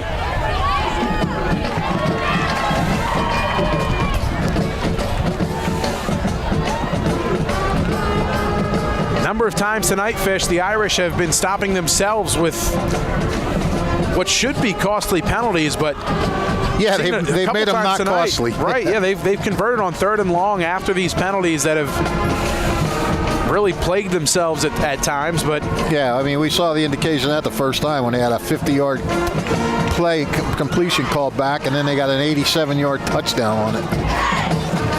So a block in the back called against the Irish offensive line will set them back quite a bit here. 8 penalties for 70 yards for Notre Dame. Second down. 11 to go. Sarace takes the snap, fires deep down the left side for Quinn. It's caught, and he's brought down in Robbinsville territory. Another big hitter from A.J. Sarace to Mike Quinn. First down and more as the Irish creep deep into Robbinsville territory. Another successful completion from Sarace to Mike Quinn, and the Irish are going to go quick here. Winowich, left side, has the middle, turning it up. He's free. Gabe Winowich from almost 40 yards out. It's a touchdown. His second of the night, his third of the season, and the Irish running away with this one. Yep. They they held down there, and then their offense just came back and has exploded. Notre Dame's offense can do. A slight hush coming over the Robbinsville crowd as Winowich taking the air out of the stadium here tonight. Point after 10. Extra point is good from Kevin Scarborough. The Irish lead grows 34-6. The score, 8:08 to go in this one, and Gabe Winowich continuing his impressive performance here tonight. A big-time run is not too much avoiding of the tackles needed that time from Winowich as he just used his speed to take that seam right up the middle all the way for 6. Yeah, that gives him 80 yards on the day on just 9 carries. As the Irish lead this one 34-6.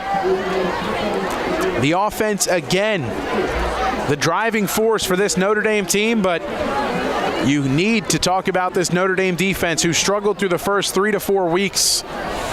But tonight, they've really had a game to remember. Yeah, they've answered the call. They've been pressured sometimes, and they've answered the call and the pressure, and they've taken away some of Robbinsville's big weapons.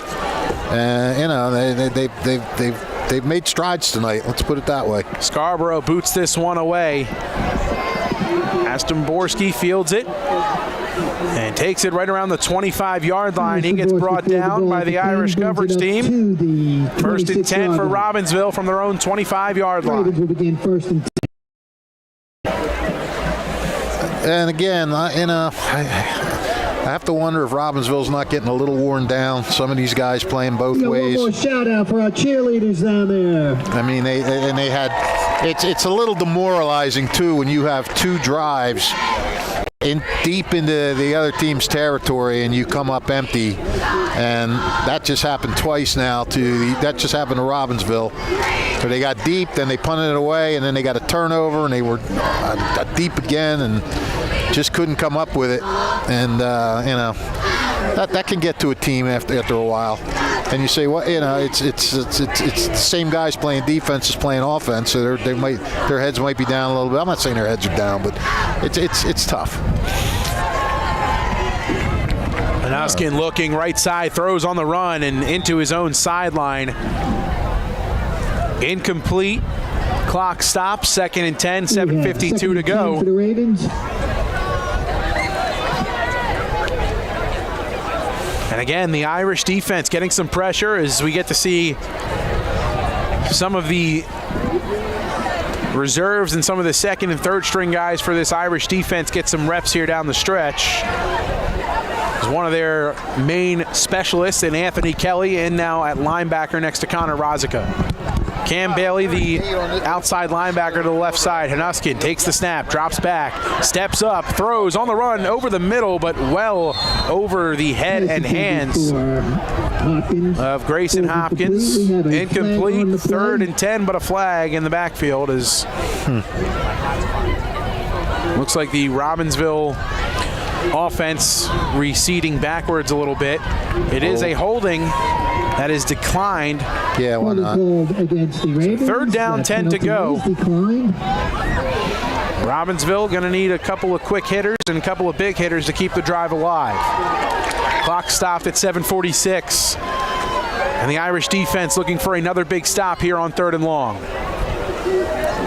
Kilcommons and Renda, the defensive ends, for this 3rd down and 10 play.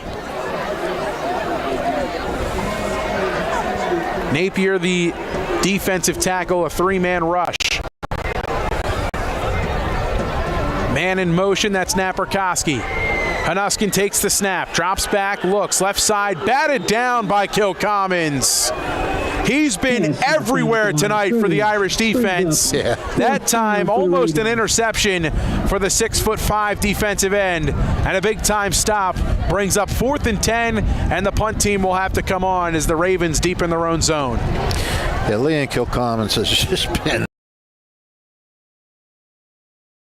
That he has, and etching himself into position for Italian People's Bakery Player of the Game honors, as you will be able to catch the Italian People's Bakery Player of the Game interview on our YouTube channel following the conclusion of this one. Hopkins on to punt. Decent punt at that, a low liner, but a boomer over the head of Bryan and takes a Robbinsville bounce deep into Notre Dame territory. Falling on the football was Andy Zigbuo. He was making sure that wasn't a fumble or touched or anything. Zigbuo sliding in late to fall on top of that one. 1st down and 10 for the Irish. Ball spotted on their own 25-yard line, and looks like Coach Sean Clancy's going to keep the ones out there for the time being as A.J. Serace and company come back out onto the field. They lead by 28. You think they'll huddle now to try to run a little clock? You could see a slowing of the pace potentially here, trying to take off some time. I don't know if I've seen them huddle up yet this year. And they like to go fast, that's for sure. Scipio into the game. He's the back to the right of A.J. Serace. Magliazzo comes in motion. They'll line up in between Quinn and Stefanisco. Sarace takes the snap, sweep, left side. Scipio trying to find space, but he has none of it. A big-time stop on the edge that time for the Ravens. Sebastian Lee on the tackle. Loss of 1 on the play, brings up 2nd and 11.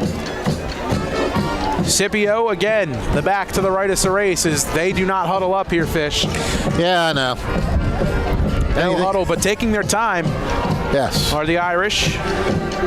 Sarace looking right side, looking for Stefanisco over the middle, over his head and short of Mike Quinn. You just don't want to get out of your identity. I mean, you know, your identity and what you do and things like that. You want to keep in that mode. 6:44 as the clock paused. 3rd down, 11 to go. Winovich comes into the game, a back. He is the back to the right of Sarace. Kilcommons, the tight end at the bottom of the screen, 3 receivers to the top. Sarace fakes, passes over the middle, complete to Steph. Yard to gain, and they're going to mark him right at that 1st down marker. It's enough to move the chains. It's a Notre Dame 1st down. Irish get the 1st down as the clock will continue to tick. A big-time 1st down. Sarace over the middle for 12 to Stefanisco. Enough for the first down. At the top of the screen in Quinn and Stefanisco. Winovich to the right, play action, pass short of Stefanisco as it hops up and into his arms off the turf. Incomplete, 2nd and 10. Stefanisco, with more out, Stefanisco has been given his chance. He's capitalized on it for the most part. Stefanisco, a valuable member of Joe Drulis's Irish baseball team. Shout out to Joe sending us a message during this broadcast, letting us know about just how great of a multi-sport athlete he is. Screen pass in law. This is Quinn. Making a defender miss to the outside. Quinn tackled past the 50 into Robbinsville territory. He'll move the sticks. It's a 1st down and 10 as the Irish creep into Robbinsville territory. 1st and 10 from the 46 of Robbinsville. 20 yards. That's his shortest completion of the game. Quinn, 20 yards. Michael Quinn as well up for discussion for the Italian People's Bakery player of the game. I'm sorry, actually that was 18 yards. Sarace with Winovich to his right. Play action, screen. This is Kilcommons. Quick hitter, but he's stuck right at the line of scrimmage. Maybe got a yard on that one. A big-time hit, and Kilcommons comes up a bit funny on that one. A slow hobble over to the bench for Liam Kilcommons, and that's the last thing you want with this game. Yeah. Well in hand, one of your key players heading over to the bench. I mean, the guy's with had an a great injury. Game and everything else. Kilcommons falls to the turf, being attended to by the Notre Dame medical staff on his sideline.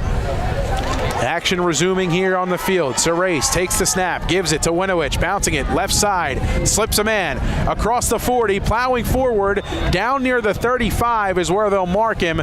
It's near that 1st down marker. We'll see if it's enough to move the chains. 57, Hayden Perusic. It is enough to move the sticks. 1st down and 10 for the Irish as the ball is spotted at the Robbinsville 35. Sarace takes a long look over to his sideline. 1st and 10 as we approach the 4-minute mark here in the 4th quarter. Sarace takes the snap, fires, complete. Quinn, in-law screen, slips a defender, bouncing it outside. Hopkins swings him down right around the 30. Gain of about 5 on the screen pass. Another completion from Sarace to Quinn, netting positive yardage that time. Now the shortest pass completed from Sarace to Quinn on the night, just about 5 on that one. 2nd and 5 for the Irish as they continue to go no huddle. Yeah, but 5 on a 1st and 10 is pretty good. And making a nice, easy 2nd and 5. Sarace taking his time, barking out the play call. Winovich to his left, takes the snap, looking. He wants to throw left side, lets it go deep downfield. Tangled up is Quinn, and here come the flags. Oh, boy. That'll be pass interference against the Ravens. It'll be a 15-yard penalty and an automatic 1st down for the Irish as their drive will continue, and they will creep closer and closer to the red zone. Yep, what is it, 34-6, so that's what, 28. So we'll get if they score, we'll get a running clock for like 2 minutes. Under 4 to go, a pass interference penalty called against the Ravens. A number of defenders in the area and having a effect on Mike Quinn's ability to haul that catch in. Well, Mike Quinn, with Wyatt Moore out of the game, Mike Quinn has just been outstanding today. It's been good stuff in this one from the Notre Dame offense. So race to Quinn. They've connected for 6 tonight.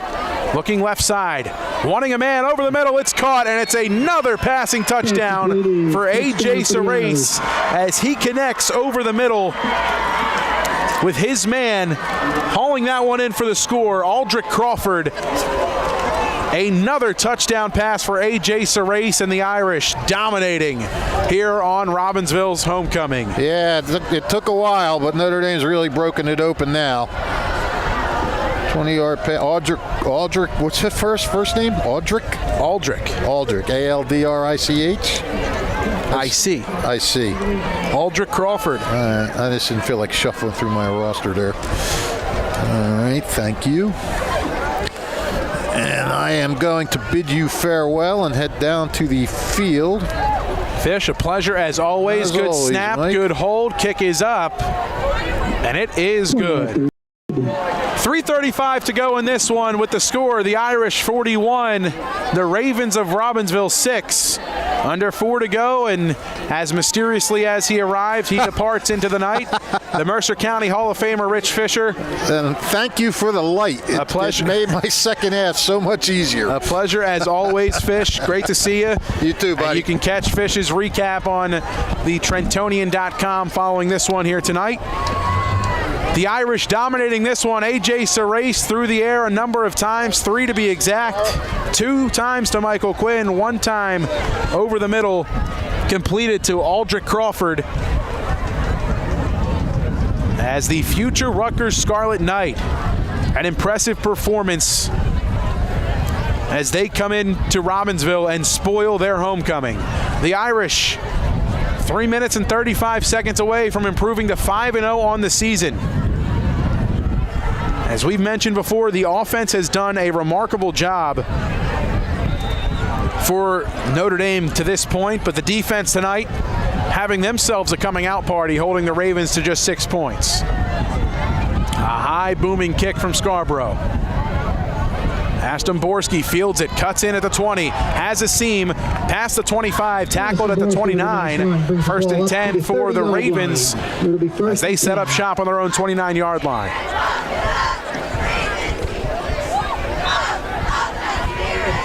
So for the Irish, they will improve tonight to 5-0. An impressive performance from the offense, even better stuff from the defense tonight. Couple of rushing touchdowns for Gabe Winowich. A rushing touchdown for A.J. Sarace. 3 touchdowns in the air for the 4-star recruit.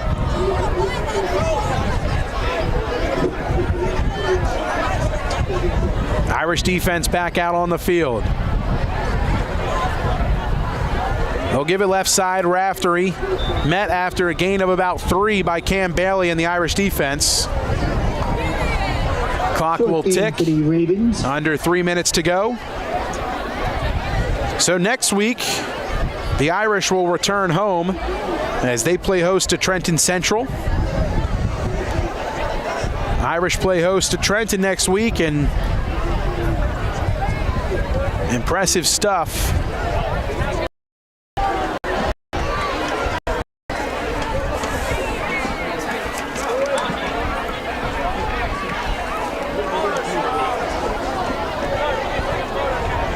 Taking the snap, looking left side, and firing incomplete that time.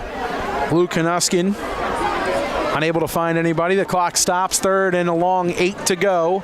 3rd and a long 7, excuse me. 1:48, and the clock will continue actually, as Fish mentioned earlier. The mercy rule up on the scoreboard with the Irish leading by 35 causes the running clock here. Just about 90 seconds to go in this one. 3rd and 7 for the Ravens. Hanuskin takes the snap. Delayed handoff to Raftery. Up the middle he goes. And he's met by a handful of Irish defenders for the stop. 4th and medium for the Ravens. As we approach the minute mark here in this 4th quarter, the Irish will improve to 5-0 on the season. For Robbinsville, they'll drop to 1-4. But the Irish doing a great job in this one here tonight.